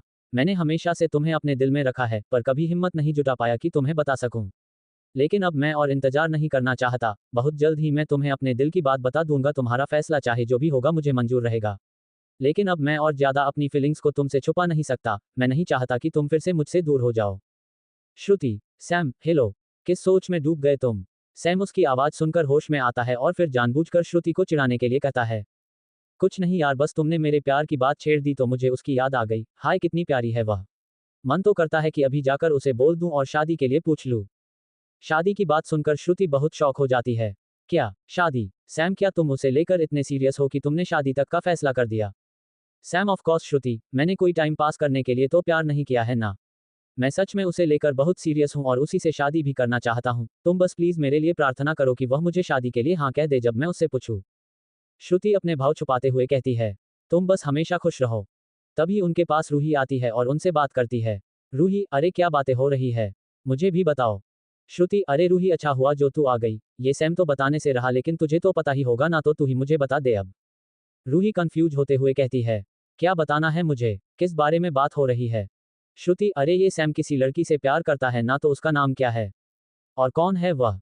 श्रुति के मुंह से ये सुनकर राधिका हैरान होते हुए सैम के सामने देखती है, लेकिन सैम उसे आंख मारकर इशारा कर देता है तो राधिका समझ जाती है कि यहाँ पर कोई प्रैंक चल रहा है श्रुति के साथ। वह भी बात को संभालते हुए कहती है, अरे मुझे नहीं पता है उसका नाम, इसने किसी को नहीं बताया, सॉरी। श्रुति, अरे यार। रूही भी यह बात नोटिस करती है कि श्रुति उस लड़की के बारे में जानने के लिए कुछ ज्यादा ही एक्साइटेड हो रही थी। कुछ देर वह तीनों बातें करते हैं और फिर सबके साथ आकर बैठते हैं। अब काफी देर भी हो चुकी थी और सब लोग अपने अपने घर जाने के लिए तैयार थे। सभी लोग अपने अपने घर जाने की तैयारी करने लगे। आरुषि ने देखा कि नील मंदिर के बाहर सीढ़ियों के पास खड़ा था और वहां का कुछ जरूरी काम देख रहा था। आरुषि जाते हुए उसे एक बार बात करके जाना चाहती थी तो उसने हिम्मत जुटाई और धीरे धीरे नील की तरफ बढ़ी। नील उसे देखते ही उसे चढ़ाते हुए कहता है, नील, अरे क्या हाल है छोटी बच्ची, पूजा कैसी लगी? आरुषि ने नील की इस कमेंट पर नाराजगी जताते हुए कहा, अरे मैं कोई छोटी बच्ची नहीं हूँ, कितनी बार बोलूं कि मैं 24 साल की हूं। हाँ, और वैसे पूजा बहुत अच्छी लगी, आपको कैसी लगी? नील हंसते हुए, अरे तुम सिर्फ दिखाने में 24 साल की हो वरना हरकतें तो। लेकिन वह बीच में ही रुकते हुए एक नजर आरुषि को ऊपर से नीचे तक देखता है और फिर कहता है, नहीं सॉरी, तुम तो दिखने में भी 24 साल की नहीं लगती, मेरे कंधे तक भी मुश्किल से आ रही हो तुम, और बोलती हो कि बच्ची नहीं हो। उसकी बात सुनकर आरुषि जैसे तैसे अपनी एड़ी के ऊपर खड़े होकर लंबा होने की कोशिश करती है जिससे वो नील के साथ डायरेक्टली आई कांटेक्ट कर सके। वैसे तो उसने हील पहन रखी थी लेकिन फिर भी वह नील के कंधे तक ही आती थी। नील उसकी हरकतें देखकर बहुत हंसता है। वैसे तुम यहाँ अकेली क्या कर रही हो? कहीं खो तो नहीं गई? आरुषि ने झूठे गुस्से से कहा, मैं कोई खोने वाली नहीं हूँ। मैं तो बस ऐसे ही चली आए, आप यहाँ अकेले खड़े थे तो। नील, हाँ बस वह कुछ काम था तो वही देखने आया था। आरुषि, पर आप हमेशा मुझे छोटी बच्ची क्यों कहते हैं? नील ने मजाक करते हुए कहा, क्योंकि तुम हो। देखो, तुम्हारी ऊंचाई और बातें भी छोटी बच्ची जैसी हैं। और हरकतों के बारे में तो क्या ही कहना। आरुषि ने चिढ़कर कहा, आप ना बहुत बुरे हैं। मैं तो सोची थी कि आपसे कुछ सीरियस बात करूंगी, लेकिन आप तो जानबूझकर मुझे परेशान कर रहे हो। नील ने मुस्कान के साथ उसे टोकते हुए कहा, अरे ठीक है ठीक है, बता दो क्या सीरियस बात करनी है। आरुषि ने थोड़ा सोचते हुए कहा, कुछ नहीं, बस ये जानना चाहती थी कि आपकी क्या प्लानिंग है आगे की। मतलब, आपके करियर और सब कुछ के बारे में। नील ने गंभीरता से कहा, अरे वाह, तुम तो बड़ी सीरियस हो गई हो। खैर, इतना अजीब सा सवाल क्यों पूछ रही हो? क्या तुम्हें पता नहीं है कि यह पूजा किस लिए रखी गई थी? आरुषि, नहीं वह तो मुझे पता है कि आप कल से हॉस्पिटल ज्वाइन कर रहे हो, उसी के लिए पूजा रखी गई थी। नील, तो फिर? आरुषि बहुत कोशिश करती है कि वह नील के साथ खुलकर बात कर सके, लेकिन नील के सामने खड़े होते ही उसकी सिटी पिट्टी गुम हो जाती थी और उसके गाल भी शर्म से लाल हो जाते थे। वह इस वक्त अपने फोन को ही घर रही थी तो नील उसे देखते हुए कहता है, क्या हुआ? ये तुम्हारे गाल टमाटर की तरह लाल क्यों हो गए? बॉयफ्रेंड का मैसेज आ गया क्या? आरुषि चौंकते हुए कहती है, क्या नहीं, मेरा कोई बॉयफ्रेंड नहीं है। नील, हम लगा ही था, वैसे भी तुम्हें कौन ही संभाल पाएगा? आरुषि ने ठीक से सुना नहीं तो वह फिर से पूछती है, क्या आपने कुछ कहा क्या? कौन नहीं संभाल पाएगा? नील ने मजाक में कहा, अरे मुझे तो लगा था कि कोई फिल्मी हीरो होगा तुम्हारा बॉयफ्रेंड, लेकिन तुम्हारे पास तो बॉयफ्रेंड ही नहीं है। कॉलेज में किसी ने भाव नहीं दिया क्या? आरुषि ने जवाब दिया, नहीं ऐसी बात नहीं है। कॉलेज में मुझे बहुत से लड़कों ने प्रपोज किया है, ठीक है, लेकिन आज तक कोई पसंद ही नहीं आया था, तो फिर बॉयफ्रेंड किसे बनाती? नील ने उसकी तरफ हंसते हुए देखा और कहा, आपके शौक तो बहुत बड़े हैं जो आज तक एक भी लड़का पसंद नहीं आया। कौन से प्रिंस चार्मिंग का इंतजार कर रही हो तुम? आरुषि मन में, मेरा प्रिंस चार्मिंग तो इस वक्त ठीक मेरे सामने ही खड़ा है, और एकदम सच ही कहा, वह किसी प्रिंस से कम तो नहीं। नील ने उसे बुलाते हुए कहा, अब अगर तुम्हारा शर्माना हो गया हो तो चलो, सब हमें ढूंढ रहे होंगे। आरुषि ने हल्की मुस्कान के साथ कहा, चलो चलते हैं। और हाँ, अब से मुझे छोटी बच्ची नहीं कहना। नील ने मुस्कुराते हुए कहा, ठीक है मैडम, अब से आपको बड़ी बच्ची कहूंगा। ये सुनकर तो आरुषि को भी हंसी आ गई। दोनों हंसते हुए मंदिर से बाहर निकल आए और अपने अपने घर की तरफ बढ़ चले। इस छोटी सी बातचीत ने आरुषि के दिल में नील के लिए और भी खास जगह बना दी। जबकि नील ने उसे हमेशा की तरह बहुत नॉर्मली देखा, उसके मन में आरुषि को लेकर ऐसा कोई भी ख्याल नहीं आया। दूसरी तरफ मुंबई में ऋतु परेशान सी घर पहुंचती है। हाल में सामने ही सोफे पर मिहिर सर्वोत्तम जी के साथ बैठा था और अपने लैपटॉप में कुछ काम कर रहा था। वही सर्वोत्तम जी टीवी में न्यूज देखने में बिजी थे। ऋतु एक नजर उन्हें देखते हैं और फिर मिहिर के पास जाकर उससे कहती है, मिहिर सुनो, एक मिनट चलो ना, मेरे साथ जरूरी बात करनी है। मिहिर उसकी तरफ देखा भी नहीं है, उसकी नजरें लैपटॉप में ही टिकी हुई थी और वह ऐसे ही जवाब देता है, क्या बात है, यहीं पर बोल दो ना, मैं अभी बिजी हूँ। ऋतु, मिहिर सच में बहुत जरूरी बात है और मैं यहाँ पर नहीं बता सकती, प्लीज मेरे साथ चलो। मिहिर, अरे यार शांति से काम भी नहीं करने दोगी क्या? ठीक है चलो। मिहिर मुंह बिगाड़ते हुए ऋतु के साथ जाता है। वह दोनों अपने कमरे में जाते हैं। हालांकि अभी तक दोनों की शादी नहीं हुई थी, लेकिन ऋतु 2 साल से मिहिर के साथ ही रह रही थी। कमरे में पहुंचकर मिहिर उससे पूछता है, हम अब बताओ जल्दी, कौन सा पहाड़ टूट गया जो मुझे यहाँ बुलाया? ऋतु, मिहिर, वो मुझे नहीं पता कि तुम ये सुनकर कैसे रिएक्ट करोगे, लेकिन बात ही कुछ ऐसी है कि। मिहिर, क्या बात है यार, सीधे सीधे बता दो ना, ऐसे इतना सस्पेंस क्यों बना रही हो? ऋतु, वो मिहिर, मैं प्रेग्नेंट हूँ। उसकी बात सुनकर मिहिर एकदम सीरियस हो जाता है। वह काफी ज्यादा हैरान हो जाता है कि ऐसा कैसे पॉसिबल है, वह लोग तो हमेशा सेफ्टी का ध्यान रखते थे। मिहिर, अरे पर कैसे, ये कैसे पॉसिबल है, तुम्हें कब पता चला? ऋतु, बस अभी मैं हॉस्पिटल से ही आ रही हूँ अपने रिपोर्ट्स निकलवा कर। पहले से ही प्रेगनेंसी को 1 और आधा महीना बीत चुका है। मिहिर बहुत कंफ्यूज हो जाता है कि यह अचानक से क्या। नए अवार्ड फंक्शन में मिहिर के साथ ऋतु तो नहीं आई थी, लेकिन नैना जरूर आई थी, क्योंकि उसे बिजनेस में काफी ज्यादा इंटरेस्ट था और वह ऐसे अवार्ड फंक्शंस कभी मिस नहीं करती थी। और वैसे भी जब से उसने शुभ के साथ भागने की कोशिश की थी, उसके बाद से मिहिर ने उसका घर से बाहर जाना बिल्कुल बंद सा कर दिया था। अगर उसे कहीं भी जाना हो तो मिहिर नैना के साथ अपने आदमियों को भेजता या फिर खुद साथ जाता, लेकिन वह अकेले नैना को कहीं भी नहीं जाने देता था। नैना जैसे जेल में बंधी हुई थी। नैना के दिल में शुभ के प्रति अपार प्रेम था। दोनों एक दूसरे के बिना जीवन की कल्पना भी नहीं कर सकते थे, लेकिन किस्मत ने उनका साथ नहीं दिया। भागने की कोशिश करते समय नैना पकड़ी गई। ये बात जब से मिहिर को पता चली तो वह गुस्से से आग बबूला हो गया था। मिहिर को अपनी बहन से ज्यादा घटिया समाज और लोग क्या कहेंगे इसकी चिंता थी, और उससे भी ज्यादा उसने जो नैना की शादी के बदले नैना के मंगेतर प्रकाश के साथ जो डील की थी उसकी ज्यादा चिंता थी। लेकिन वह ये भी मानता था कि घर की इज्जत सबसे ऊपर है, क्योंकि उसी की वजह से तो उसकी कंपनी का नाम था। मिहिर ने नैना को घर में बंद कर दिया था और उसे कहीं भी अकेले जाने नहीं दिया। अब नैना को हर वक्त घर की चार दीवारी में ही रहना पड़ता था। उसकी स्वतंत्रता छिन गई थी। वह उदास और निराश थी, लेकिन शुभ के प्रेम ने उसे हिम्मत दी। वह जानती थी कि यह कठिन समय भी बीत जाएगा और उसका प्रेम एक दिन जरूर रंग लाएगा। इस बीच शुभ भी नैना को वापस पाने की हर संभव कोशिश कर रहा था। वह नैना के लिए छुपके और सावधानी से संदेश भेजता, उसे हिम्मत देता और एक साथ बेहतर भविष्य का सपना दिखाता। नैना के दिल में शुभ के लिए प्रेम और उम्मीद की लौ जलती रही, जो उसे इस कठिन दौर से लड़ने की शक्ति देती थी। क्या मिहिर कभी समझ पाएगा कि नैना की खुशी उसकी अपनी इच्छाओं में नहीं, बल्कि उसके प्रेम में बसी है? या क्या नैना और शुभ अपने प्रेम की जीत हासिल कर पाएंगे? खैर, पार्टी में थोड़ी देर रहने के बाद नैना भी बोर हो चुकी थी और अचानक से उसकी मुलाकात होती है शिवम से। अचानक से नैना का फोन बजता है तो वह बात करने के लिए बाहर जाती है गार्डन की तरफ। वहां पर एक तरफ की मिट्टी गीली थी और नैना का ध्यान नहीं था। ऊपर से उसने हिल्स पहन रखी थी तो उसका पैर फिसल जाता है, लेकिन वह गिरती उससे पहले ही शिवम उसे बचा लेता है क्योंकि वह वहीं पर बैठा हुआ था। नैना भी खुद को संभालती है और अपने कपड़ों को ठीक करती है। तारांकन नैना, तारांकन ओह, थैंक यू सो मच, आपने मुझे गिरने से बचाया और मेरे कपड़े खराब होने से भी बचा लिए। तारांकन शिवम, तारांकन संभल के, आप ठीक हैं? तारांकन नैना, तारांकन हाँ थैंक यू, अगर आप ना होते तो मैं गिर ही जाती। तारांकन शिवम, तारांकन कोई बात नहीं, ये तो मेरा फर्ज था। पता नहीं क्यों लेकिन शिवम को नैना की बातें बहुत प्यारी लग रही थी। वह उसे और बातचीत करना चाहता था तो वह सामने से ही बात शुरू करता है। शिवम, वैसे मेरा नाम शिवम है और आपकी तारीफ। तारांकन नैना, तारांकन मुस्कुराते हुए, मैं नैना हूँ। बहुत अच्छा लगा आपसे मिलकर। तारांकन शिवम, तारांकन हंसते हुए, मुझे भी। वैसे आप यहाँ अवार्ड के लिए आई हैं? तारांकन नैना, तारांकन हाँ, बिजनेस कैटेगरी में। और आपको अवार्ड फंक्शन कैसे लग रहा है? तारांकन शिवम, तारांकन कंधे उचकाते हुए, अच्छा है। लेकिन सच कहूं तो मुझे इस तरह के फंक्शन में खास दिलचस्पी नहीं होती। तारांकन नैना, तारांकन आश्चर्यचकित, सच में? मुझे तो ये फंक्शन बहुत पसंद आते हैं। मुझे यहाँ से बहुत कुछ सीखने को मिलता है। तारांकन शिवम, तारांकन मुस्कुराते हुए, मुझे तो लगता है कि ये फंक्शन थोड़े ज्यादा ग्लैमरस होते हैं। मुझे स्पोर्ट्स में ज्यादा मजा आता है। तारांकन नैना, तारांकन सोचते हुए, ये तो सही है।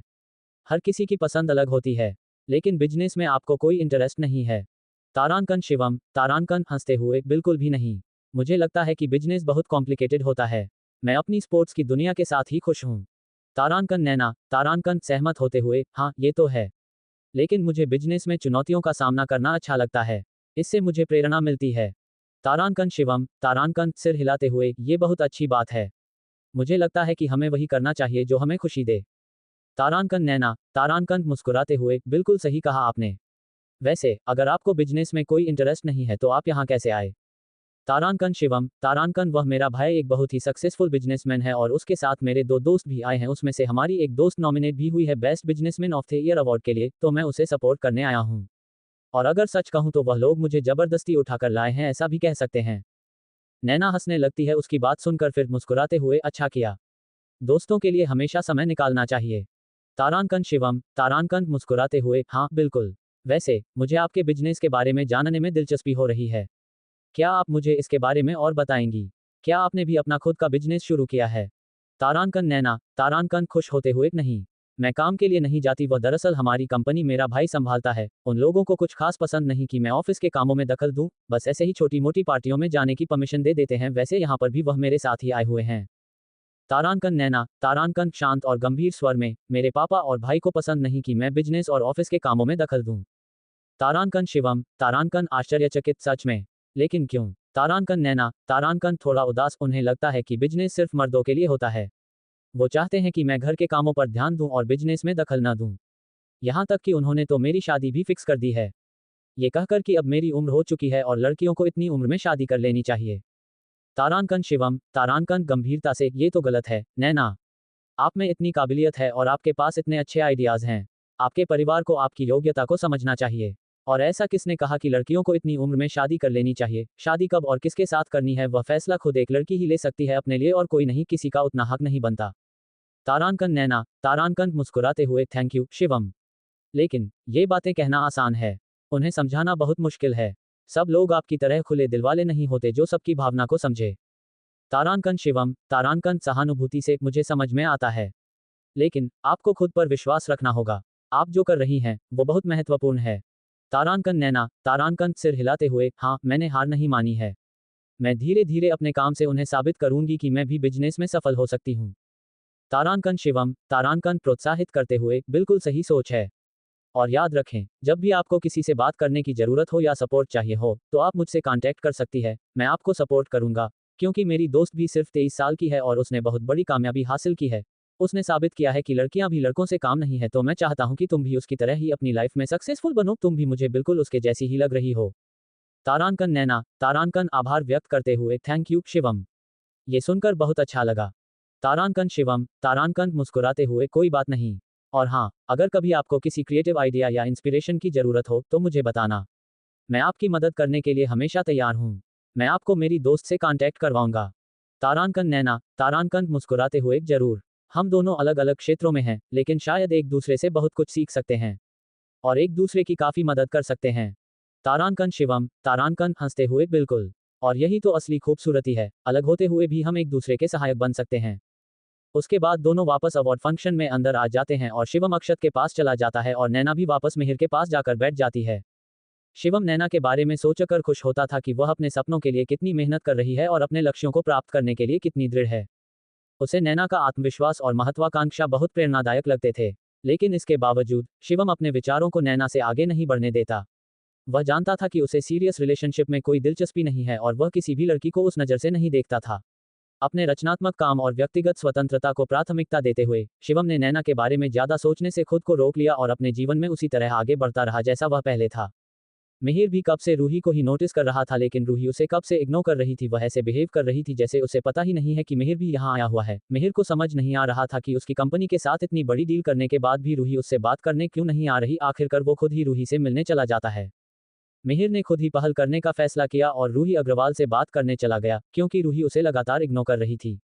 रूही की सुंदरता मिहिर को बेहद आकर्षक लगती थी, लेकिन वह उसके बिजनेस पार्टनर भी थी, इसलिए मिहिर डायरेक्ट फ्लर्ट नहीं कर सकता था। उसने सोच समझकर इनडायरेक्ट तरीके से मीठी मीठी बातें शुरू की। तारांकन मिहिर। तारांकन रूही, तुमने आज की मीटिंग में जो प्रेजेंटेशन दिया वो वाकई काबिल तारीफ था। तुम्हारा हर आइडिया बहुत इनोवेटिव था। तारांकन रूही। तारांकन संक्षेप में, थैंक यू। रूही अभी भी उस पर ज्यादा ध्यान नहीं देती। तारांकन मिहिर। तारांकन, तुम्हारी मेहनत और डेडिकेशन हमेशा से ही प्रेरणादायक रही है। वैसे तुम्हें किसी भी चीज में इतना परफेक्ट कैसे हो पाती हो। तारांकन रूही। तारांकन संक्षेप में, बस काम पर फोकस रखती हूँ। तारांकन मिहिर। तारांकन, वाकई तुम्हारे जैसी डेडिकेशन और स्मार्टनेस कम ही देखने को मिलती है। रूही ने मिहिर की इन बातों को सुना, लेकिन उसे कोई खास भाव नहीं दिया। उसने अपनी काम पर ध्यान केंद्रित रखा और मिहिर की बातों को अनसुना कर दिया, जिससे मिहिर को समझ आ गया कि रूही फिलहाल उसके इशारों को समझने या उनके जवाब देने के मूड में नहीं है। वह मन ही मन सोचता है कि इस लड़की के अंदर कितना एटीट्यूड भरा पड़ा है। मुसीबत आ गई।